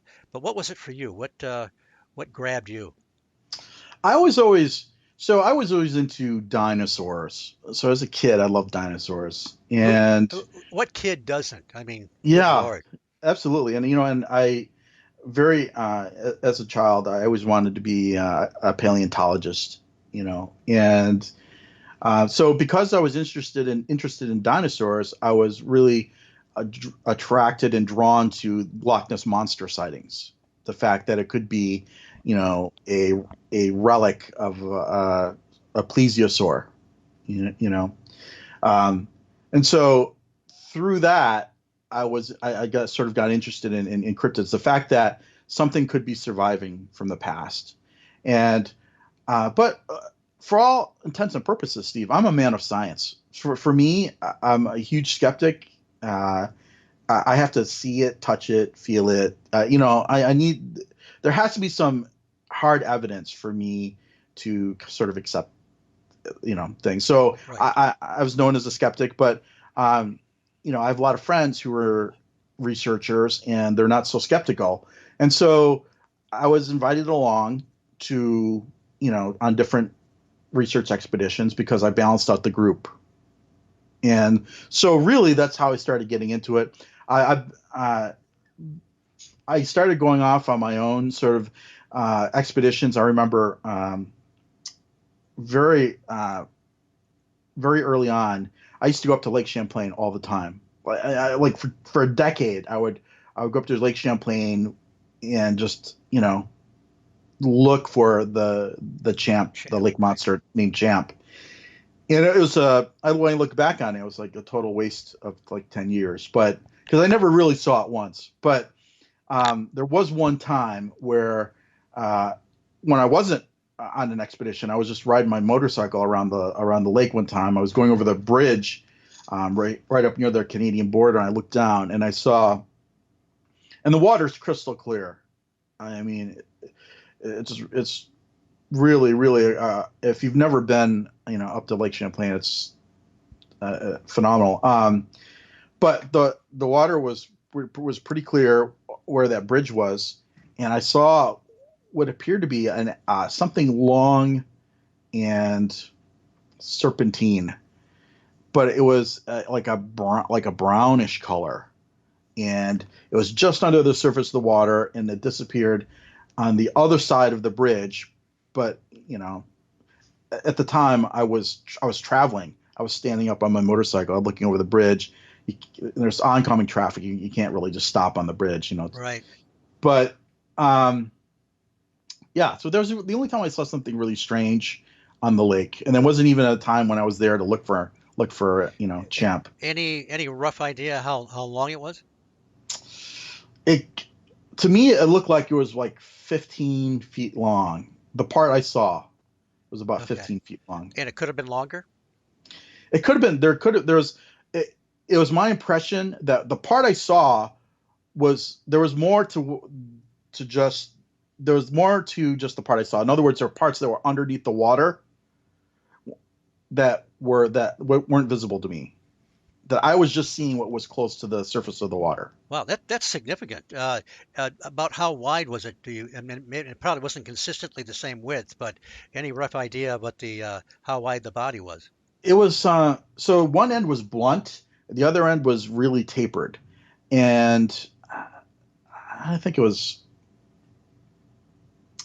I don't know, maybe 3 to 5 feet wide Wow. at the widest part of it, but Well, now in this is Lake Champlain, right? This is Lake Champlain, yeah. Yeah. What else could account for that besides it? It almost seems like it has to be an unknown. Again, I'm only telling you what I glimpsed. It could have been a big, huge fish. I don't know. It was kind of weird to me, and I try to come up with some different explanations of what that could have been. I'm at a total loss Right. for what that was. But I'm not saying it was a lake monster. No, I'm I just saying understand. it was. I'm just saying it was very really strange, and a portion of Lake Champlain is across the border, so you can't really follow it up to the north end of the lake. But um, Well, that's yeah, pretty. Okay. So it was you really really bizarre. and what? How many years ago was it that you had that sighting? I can't even remember. It was so long ago. Okay. It was A couple decades? no, not a couple decades, but maybe a decade ago. Okay.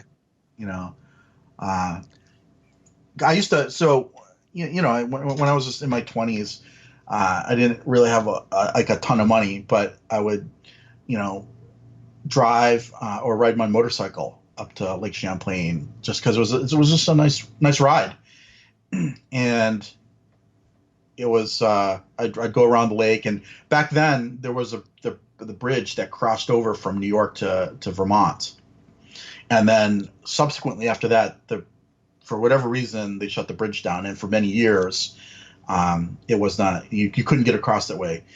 Now it is my understanding that the bridge is back and has been for a number of years, so it's been kind of on my bucket list to check it out. Well, that's really interesting. Yeah.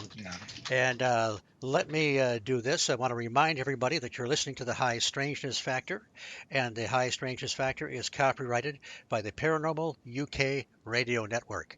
And I want to take another little brief segue, and then we'll get back to the Creature Weekend. We have to talk a little bit about the Mothman Festival because you and I have hung out at the Mothman Festival. In fact, I had an incident where a lot of people that listen to the show know that I do the one of the tours in the during the Mothman Festival. By the way, it takes place every third weekend in September, commemorates the strange happenings that happened in the middle '60s in Point Pleasant, including this winged humanoid with red glowing eyes. Well, there's a sort of a Halloween hayride that takes place in on Saturday night. And I remember I give one of the tours, and I watched a bunch of people that I knew from Butler, the Butler Paranormal Weekend, and a lot of those guys were Bigfooters, and you were one of them.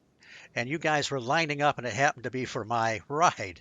And I thought, oh boy, I'm going to have some fun now. So you were there, the Seaches were there, and I recognized a few people. And so what I did was, I don't know if you remember this or not, Bruce, but I started up by saying, rather than doing my usual talk, I said, as we started moving, I said, the only legitimate paranormal researchers are Mothman researchers, and the Bigfoot researchers are kind of backbencher wannabes trying to work their way up to the big league. Well, of course, a few of the people knew I was kidding. A couple other people, their jaws dropped a little bit, and you were up front doing some filming, and I was talking to you, and I said, "Hey, Bruce, that was pretty funny, huh?" Because I recognized about six people from Butler, and you're the guy that told me, Steve, the whole cart is full of Bigfoot researchers. So That's I right. insulted everybody on the ride. And of course, they took it very good naturedly because they all showed up the next year for more abuse. But That's anyway, right. uh, you you've had some good times at the Mothman Festival, another really great event.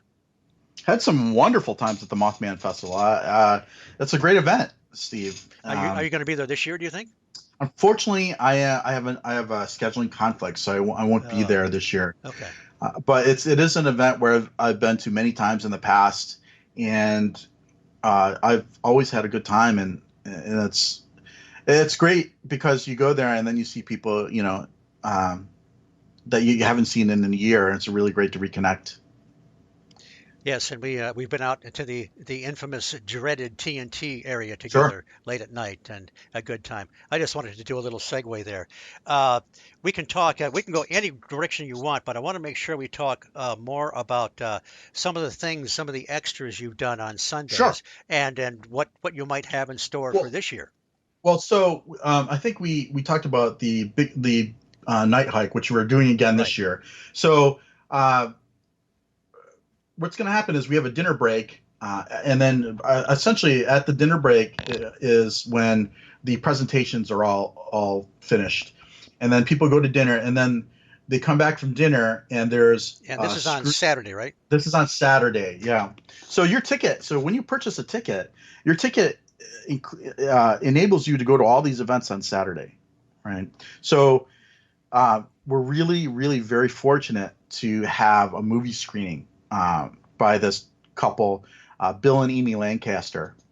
They did this documentary on, and they're calling it Paranormal Bigfoot.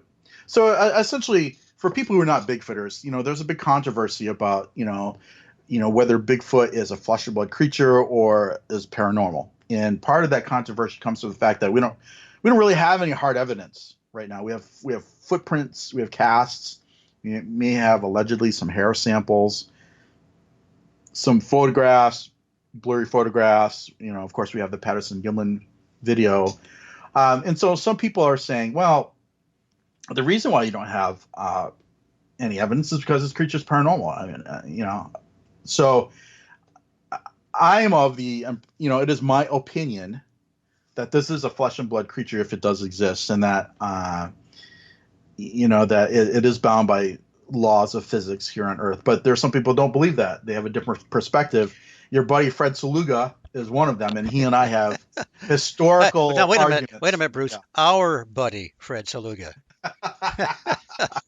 we Fred and I have these historical arguments Right. about whether Bigfoot is flesh and blood or paranormal, and so then this will tell you how magnanimous I try to be Yeah, I know what and, you're going and, to talk and about. fair. This is great. Go So ahead.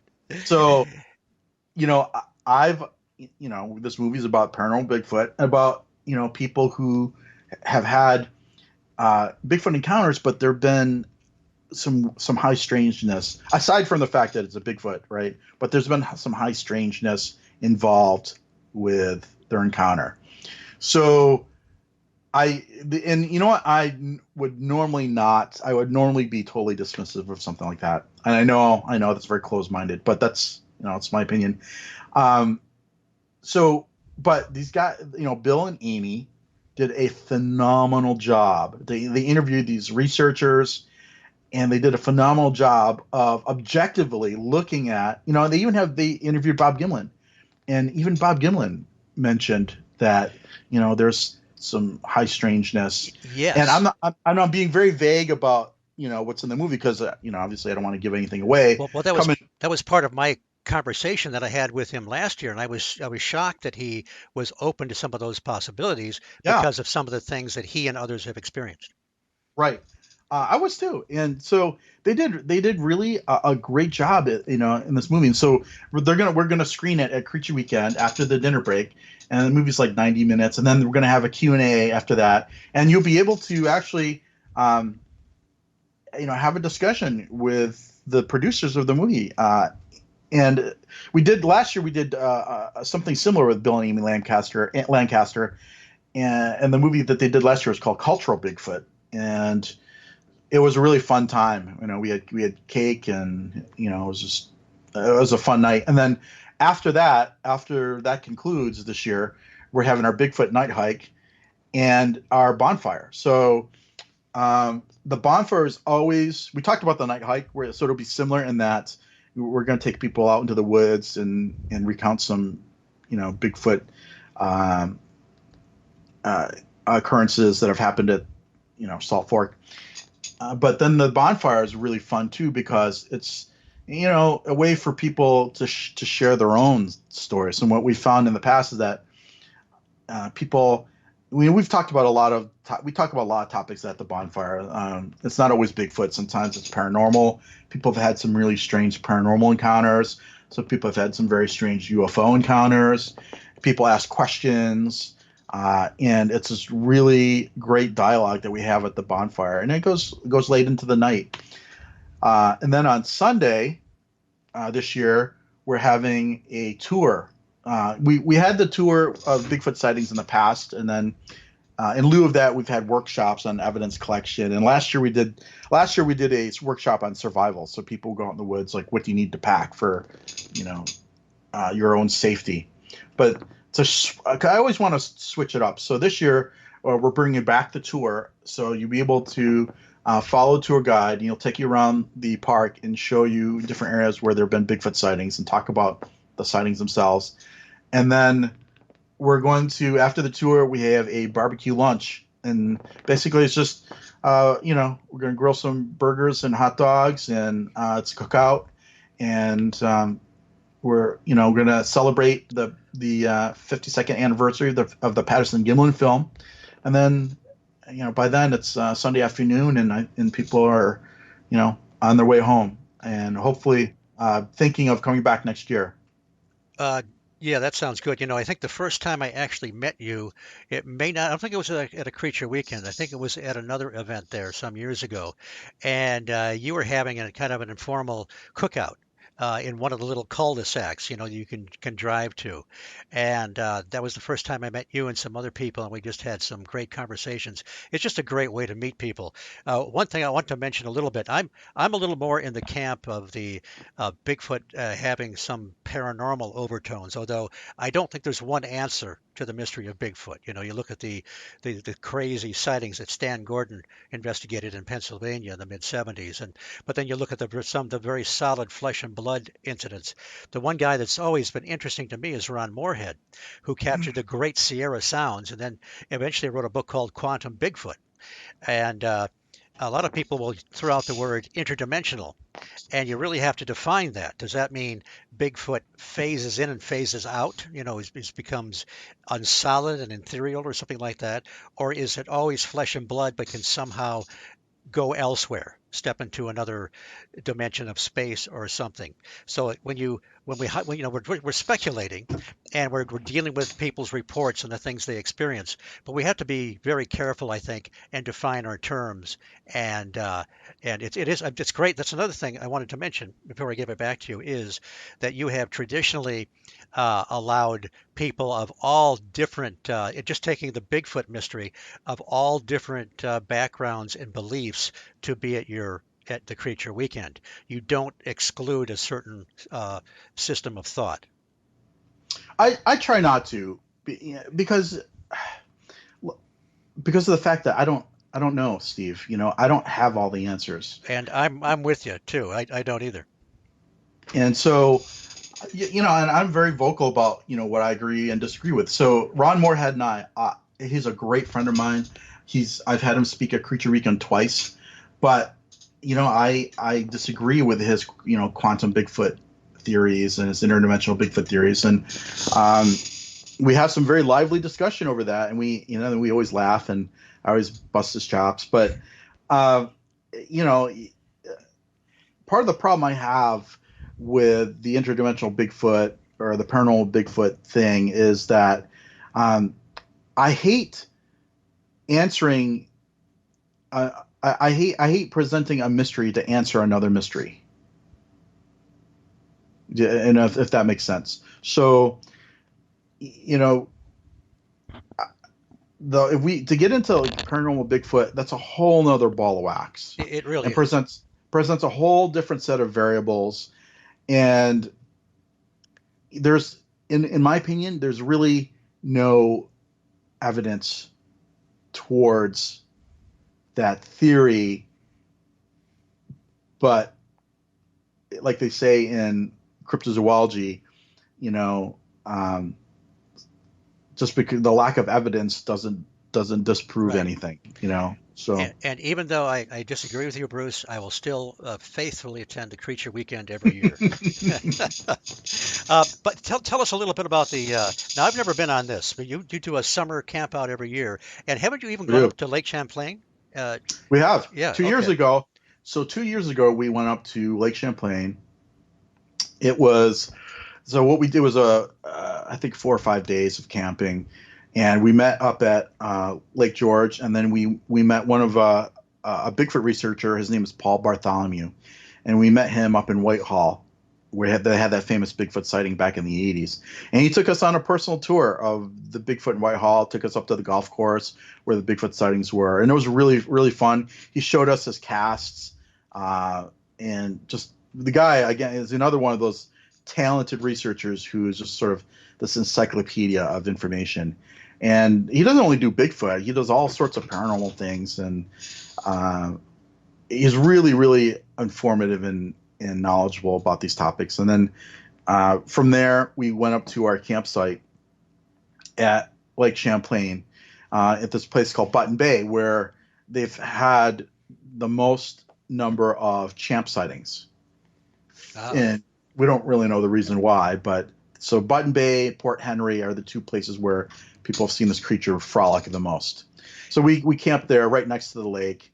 And then, you just kind of, if you want to go swimming in the lake, then you can go swimming. If you want to go, we did some fishing, just sort of camping stuff.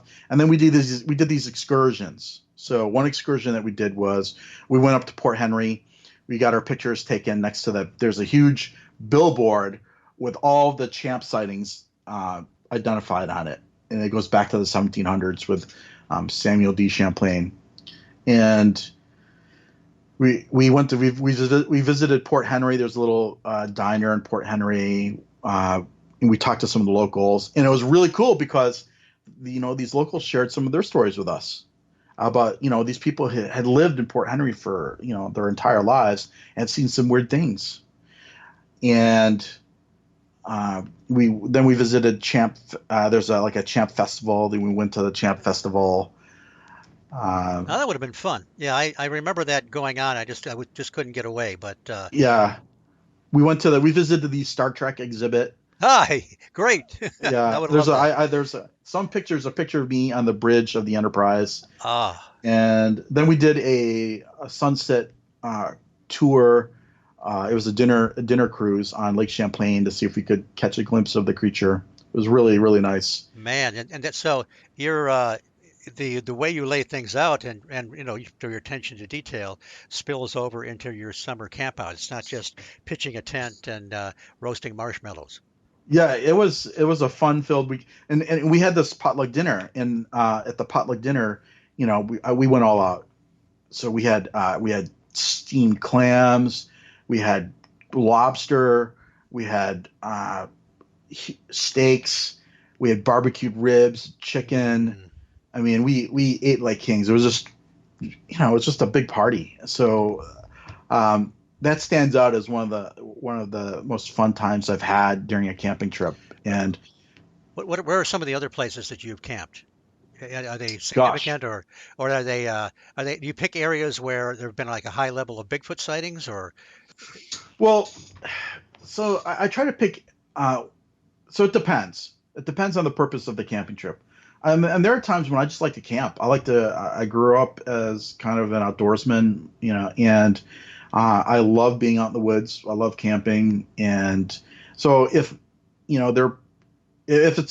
my intention is to go out and camp, I'll try to find a place that I've never been before, and that has access to other activities like fishing or swimming or something like that. But if it's cryptozoologically themed, my camping trip, then I'll try to pick an area that has some cryptozoological significance.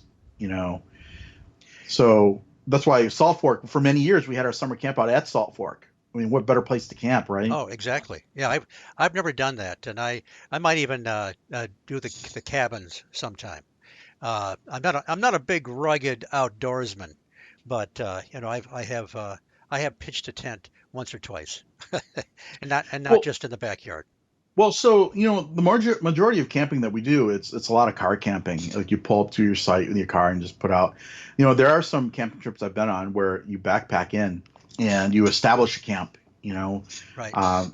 We did a camping trip several years ago with me and a couple of other guys, and we went out to Allegheny National Forest, and of course, Allegheny National Forest, rich tradition of Bigfoot sightings there, and so we went out to an area where if you you know if you had a map and you drew a 15-mile radius within our campsite, there have been like 8 to 10 Bigfoot sightings within that radius. Wow. So we had some high strangeness happen there too.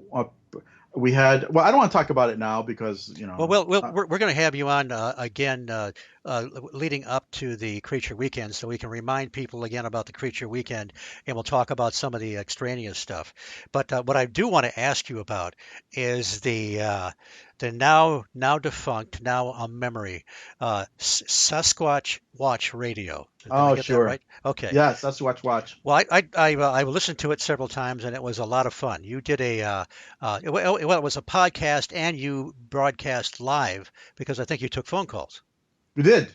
Yeah, it was on Blog Talk Radio with my co-host Billy Willard, and that was a fun time, and we did that for a couple of years, and we had some great guests on the show, and of course, I don't hold back, and I'm sure that I created some memorable experiences for my guests. I remember one of your debates, arguments, discussions on the very aspect of flesh and blood versus paranormal, and that was quite memorable. Yeah, especially the ones when Fred Saluga and I would start to go back and forth, and I even I was at Mothman and I attended one of Fred Saluga's presentations, and Yes. he loves. I hate being in the audience because he loves to call me out in front of everyone. So I'll be sitting there, I'll be minding my own business, I'll be respectful, and then Fred Slugo out of the corner, like just out of nowhere, he'll say, "Yeah, see that guy there, security, take him out of here. He's a troublemaker." you know, um, but no, Fred's a great guy. He is a great guy. We disagree on things, but he's always look. I've busted his chops so many times, and I always go say to him, "Hey, let me know if I cross the line," and he's always good with it. Yeah, I don't think you can cross the line with Fred, and he'll just give it back to you anyway. That's true. But wasn't there as I recall, there was an incident. Two friends of ours were.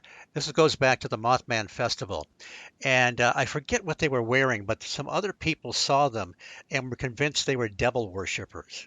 I can't remember the specifics, but Yeah, yeah. you know the guys I'm talking about. I do, And yeah. and I wish I could remember they were wearing certain T-shirts or whatever. So Well, these people were convinced that they were doing some kind of demonic ceremony in one of these concrete igloos in the TNT area where they used to store munitions for the war.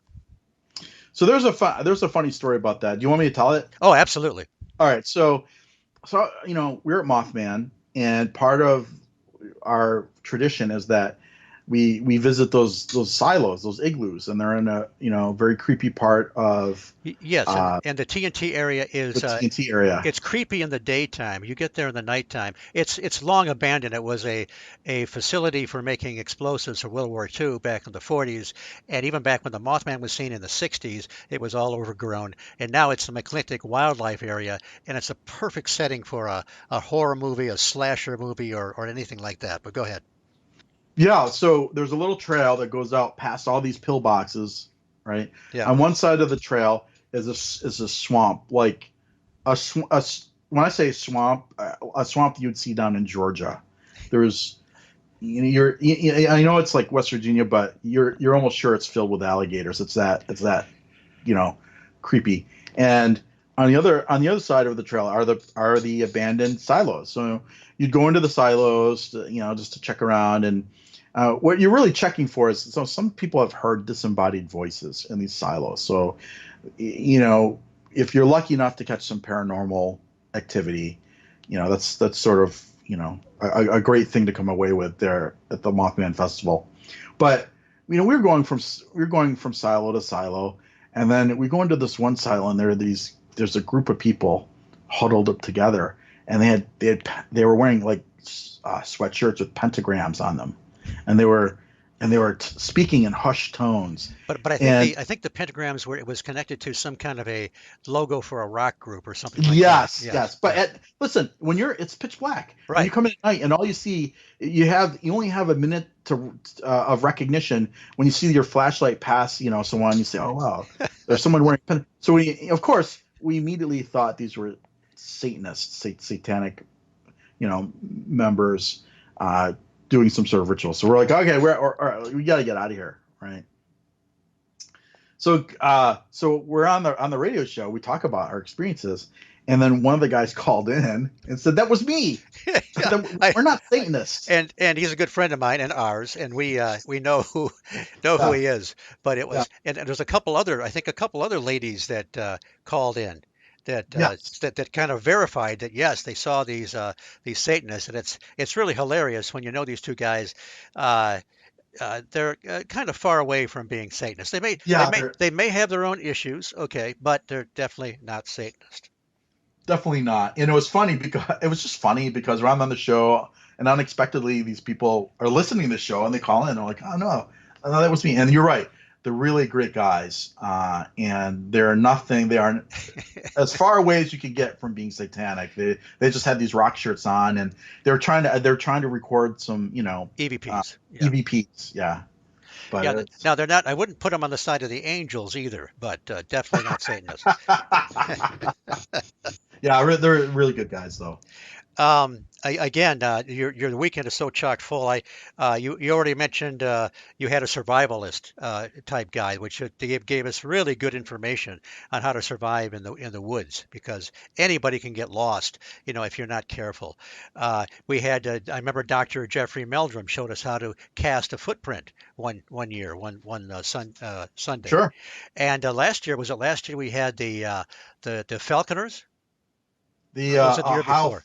yeah, the Ohio Falconry Association. That was phenomenal. They had three guys come in with their falcons, Yeah. and it was just I'd never seen anything up that. I mean, I'd read about it, but I'd never seen anything like that up close. I mean, you have really provided a lot of great experiences at this weekend. So the Falcon thing was kind of I didn't know whether it was appropriate for this type of event, but I just figured it would be something fun for people and different. One of the uh, complaints I hear from people all the time is like they go to these events and it's always the same thing, and uh, I try to be true to our loyal attendees who come every year. There are people who come. So Steve, there are people who they don't even wait for me to announce the speakers. They contact me and they say like I want to buy a ticket now. I'm like, well, we haven't really announced the speakers. Like I don't care. I just want to buy a ticket for the weekend. And I think part of the reason is because we offer discounted tickets, and as you get closer to the event, the ticket prices go up as we have less and less tickets to sell. But also, it's just that people have a lot of fun, and it's even if you don't believe in the paranormal, if you don't believe in Bigfoot, the lodge itself, it's in a state park. There's tons of things to do there. If you want to go golfing or boating or hiking, there's plenty of things to do for a family who doesn't want to just listen to a presentation on Bigfoot. And it's a self-contained area. You don't have to go out and Right. get anything. They got Yes. a nice little gift store there. They really it really is great. It really is. So and it's a fun area, and we have people who they come back year after year because they want to reconnect with their friends, and it's a fun camp out. I call it a camp out, but I mean it's all cabins and hotel rooms, and Salt Fork State Park, the lodge is it's sort of a recreational center. So they have indoor pools. They actually have a pool, right at the lodge. Probably in October, you probably wouldn't want to be swimming at that time of the year, but No. they do have indoor pools. They have a weight room. There's just a lot of things to do. And occasionally, you will get a. I've never seen a weekend all rained out, but occasionally you'll have bursts of rain, and no worries because you've got plenty to do inside if that's what happens. Well, so here's where you have to be flexible, and I think for the most part, people understand that when you organize these things, it's you're a slave to the weather. So last year we would have wanted to have the Bigfoot hike, but it just rain, it just torrential downpours and rain uh, were happening that night, and we decided for the safety of the attendees that we would just have something indoors. So what we did instead was after the Q&A by Bill and Amy Lancaster, uh, we stayed in the same room and shared Bigfoot stories and encounters, and that was really cool because something we didn't realize was going to happen was that people had their own Bigfoot encounters and stories that they shared. So not only did we share, the actual Bigfoot encounters that have been reported at Salt Fork, but then we got to hear people's own unreported Bigfoot encounters. So that was kind of cool. There is another story you might tell. I don't know all the details, but you had some kind of a strange encounter with an antique rocking chair at the Mothman Festival. Do I have that right? Oh yeah, yeah. That to this day that still freaks me out. I And that don't. was that was at the Low Hotel, right? The old That was at the historic Low Low Hotel. Hotel, right in Yeah, downtown Point Pleasant. yeah, and not only I mean, there are multiple witnesses to that event, so it wasn't just something that happened to me. And So to this, what exactly happened, Bruce? do you really want me to? I don't know. Do you real listeners really want to hear me? Listen. We do all paranormal. At the beginning says we cover everything. This is we're no rank amateurs here. We just cover the whole gambit. Yeah, I think so. I think that it would be fun for people to hear. Well, we like to break it up, like you like to change it up with the Creature Weekend. Okay, so now, mind you, just to recap, I'm a huge skeptic about these things, Exactly. right? So I've done tons of ghost investigations and had some really strange experiences that I'm not going to say was ghost related, but was really really strange. One of the strangest I've ever had was there at the Low Hotel in Point Pleasant during the Mothman And Festival. let's paint the Low Hotel's been there since about around the turn of the last century, the beginning of the Yeah. last century. It's four stories. They don't use the fourth floor anymore, and it's a really old building. And it's really nice if you're at the Mothman Festival because it's right there in the heart of things. Only the price, they're definitely capitalists there because the price skyrockets during that weekend. Yeah, I mean so one of the great things about that location is that you're right there, but Exactly. it's the only game in town and they know it. So they really you're not going to get any deal staying there. Just let me say that. But it's a really old hotel, and the I think it was built. When I say old, it was built in 1901, right? Right. So the original owner was someone named Spencer. I could be wrong, and the reason why I say that is because when it was built, it was called the Spencer Hotel, right? And then the hotel was purchased by the Lowe family in like 19, I don't know, 29 or something like that.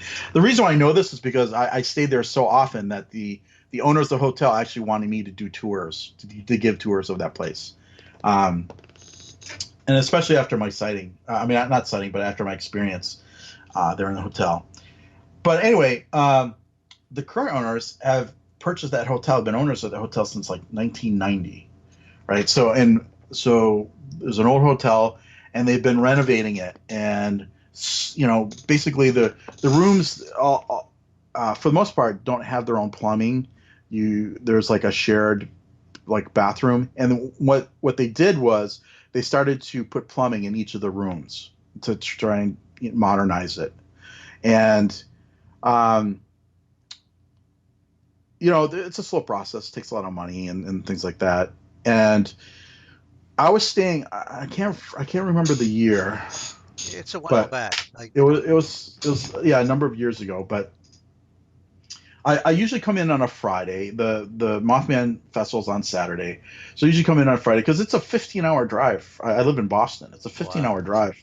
It's also a long drive, and I usually settle in and I have dinner. Usually some sort of red meat like steak or something like that, or prime rib.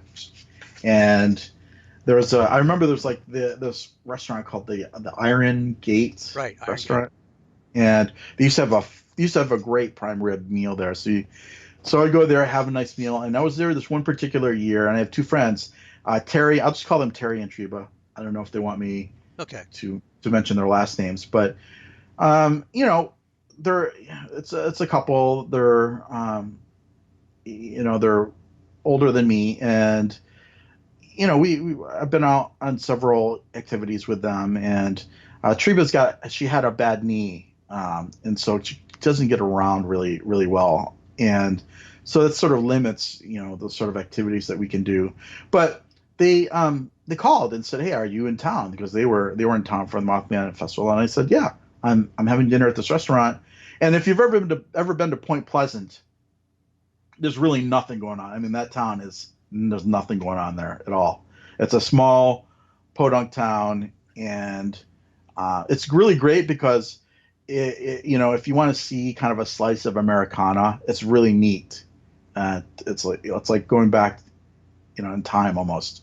But it's really a quaint little town. But I'm staying at the Low Hotel, so they meet, and I said, "Look, you meet me at this restaurant." So they come over. It's like pouring rain, lightning, thunder, and if you want to talk about a really creepy night, this is it.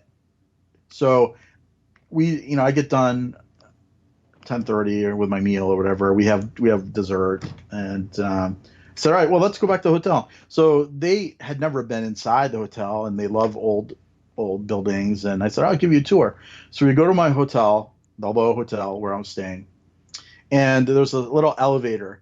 And so I was staying on the third floor of the hotel. So Treba's knee is giving her problems. So instead of walking up, 3 flights of stairs, we take the elevator up to my room. So we go to my room, and it's this very small room, and we're having some conversation there, and you hear the thunder and the lightning, and someone mentioned like, this, it's like a haunted house, right? I said, well, supposedly the Low Hotel is haunted, but and all the time I've been here, I've never had any experiences.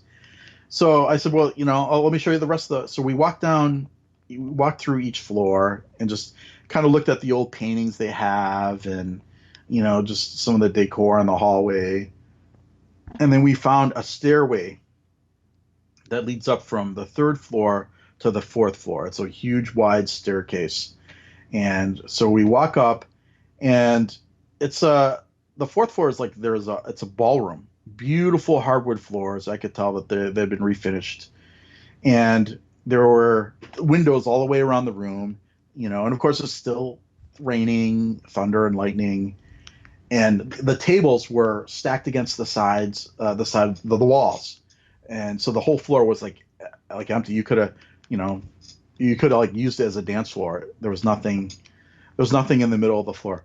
So and there's nothing, it's just a big empty ballroom. And I didn't know where the lights were, I just had my flashlight. I carry a flashlight on with me all the time. So I'm just, looking around with my flashlight as we come up the stairs to this ballroom. There's a wheelchair at the top of the stairs. I didn't really think anything about it. It wasn't in the way, but it was right at the top of the stairs. Was this one of these old style ones? It was very old stuff. Okay. It was one of those wheelchairs that like FDR, like a wooden wheelchair that FDR. Right. Oh yeah. Like, if you ever seen any pictures of FDR, that's what it looked like. It looked like a chair that FDR would have had. Right. It was very, very old.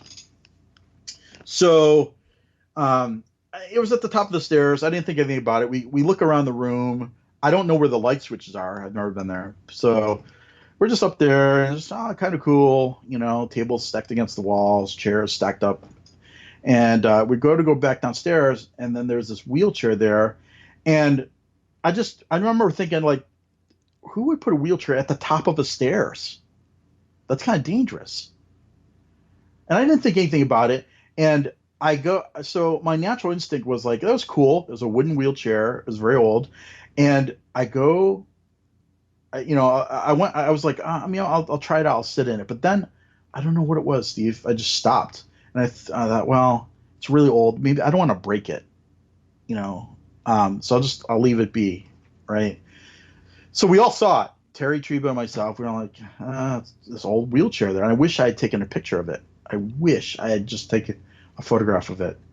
So that was it. We go downstairs. I go back to my room. It's late. It's like 1 o'clock or something like that.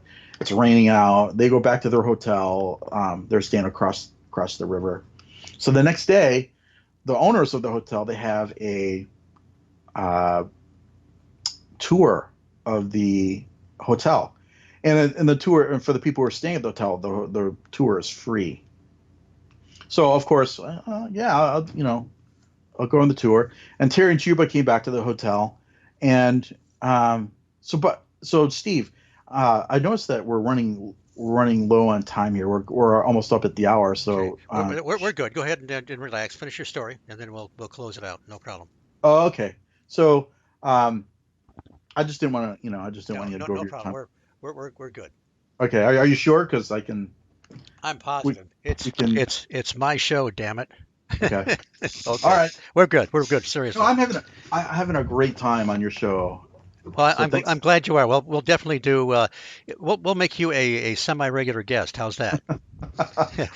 It doesn't pay extra though. Oh, okay. Well, I'm making a sacrifice too, because I could be, instead of doing the show, I could be watching like Gilligan's Island on Nickelodeon or something. You could be binge watching DVDs or something, right? Sure. Yeah. So all right. So back to my story. All right. So they go home. So we do this tour, right?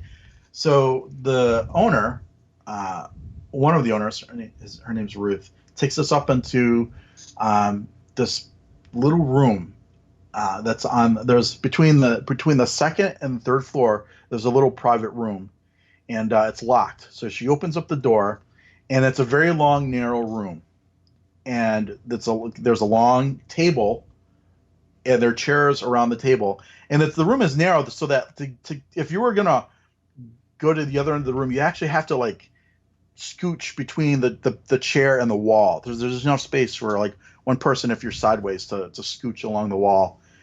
But at the other end of the room is that wooden wheelchair. And it's definitely the same one. It's definitely the same one. And so here's the story, right?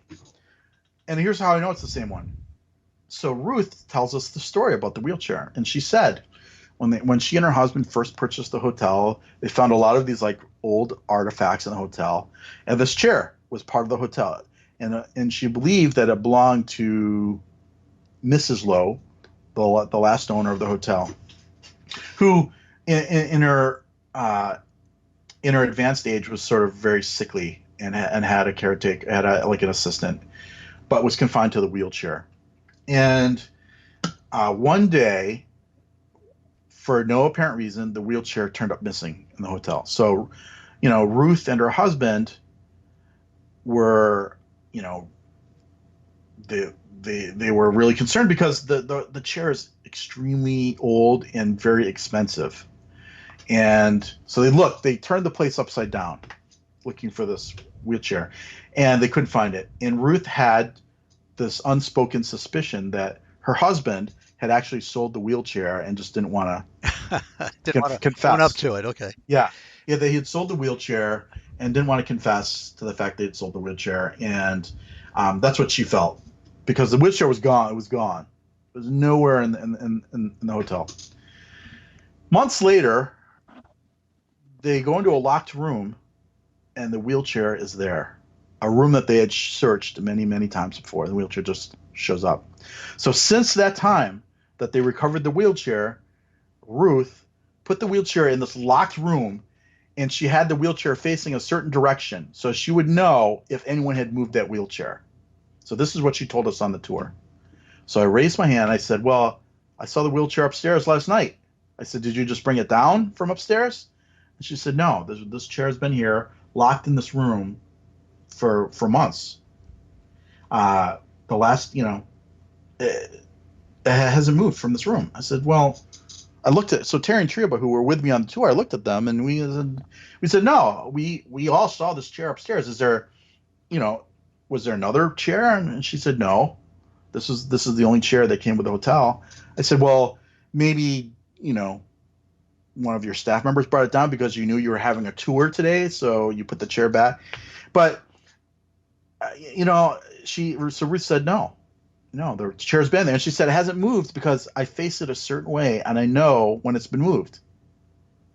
So I said, all right. So I thought, all right, well, this is really strange. So I didn't, it's a tour. And the other thing is that assuming this is really something unexplainable, you're the guy that encountered it. The skeptic is the one that encountered it. So I'm still skeptical after this, right? So there's a tour to go on. So we have other parts of the building to cover and everything. So after the tour, I talked to her husband and I talked to her daughter who also work at the hotel. And I went to her husband and said, hey, did you move that chair from upstairs to downstairs? It was upstairs on the fourth floor last night. He said, no, it's the chair's in this room and that's where it's been. And then I asked his daughter who works there, and she basically said the same thing. She said, no one touches that chair. And it is a complete mystery to me because they were the only people who worked at the hotel that night and that day. So it's a complete mystery to me how it is that the three of us saw this chair up on the fourth floor. And of course, immediately after the tour, I went up to the fourth floor and the chair was not there. Right. Right. It was gone. What was you talked about this weird feeling you had when you thought about sitting in it? It was a weird feeling that said, don't do it. It was one of those things where, and I thought at the time, I actually went to reach for the chair and there was just this feeling like, don't do it.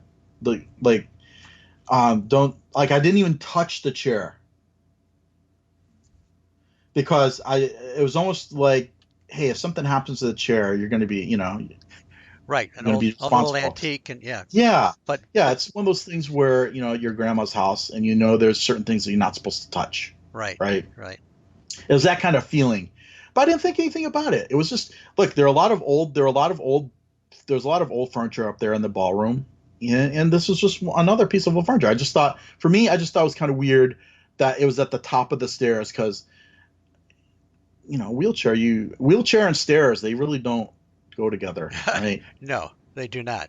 Well, it's interesting that you're a skeptic in the true sense of the word, but you entertain, all kinds of ideas of possibilities of cryptids and so forth, and have done a lot of research there. But you've also experienced now and then in some of your ghost investigations, paranormal phenomena, and you had this really, nobody will know for sure if this chair was apporting or moving around somehow, but it's very interesting nonetheless.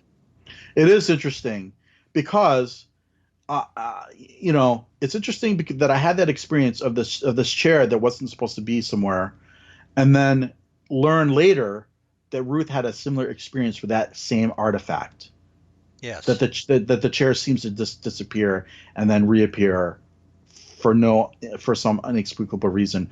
But I was and trust me, like I still couldn't accept that. So for many years after that, I thought, all right, well, someone's playing a trick on me, but it didn't make sense. You want to know why? Because for someone to play a trick on me, they would have had to have known that I would go upstairs and see a chair, and then that I would be on the tour and know that the chair was in that room. Those are it doesn't make sense that someone would do that. Right.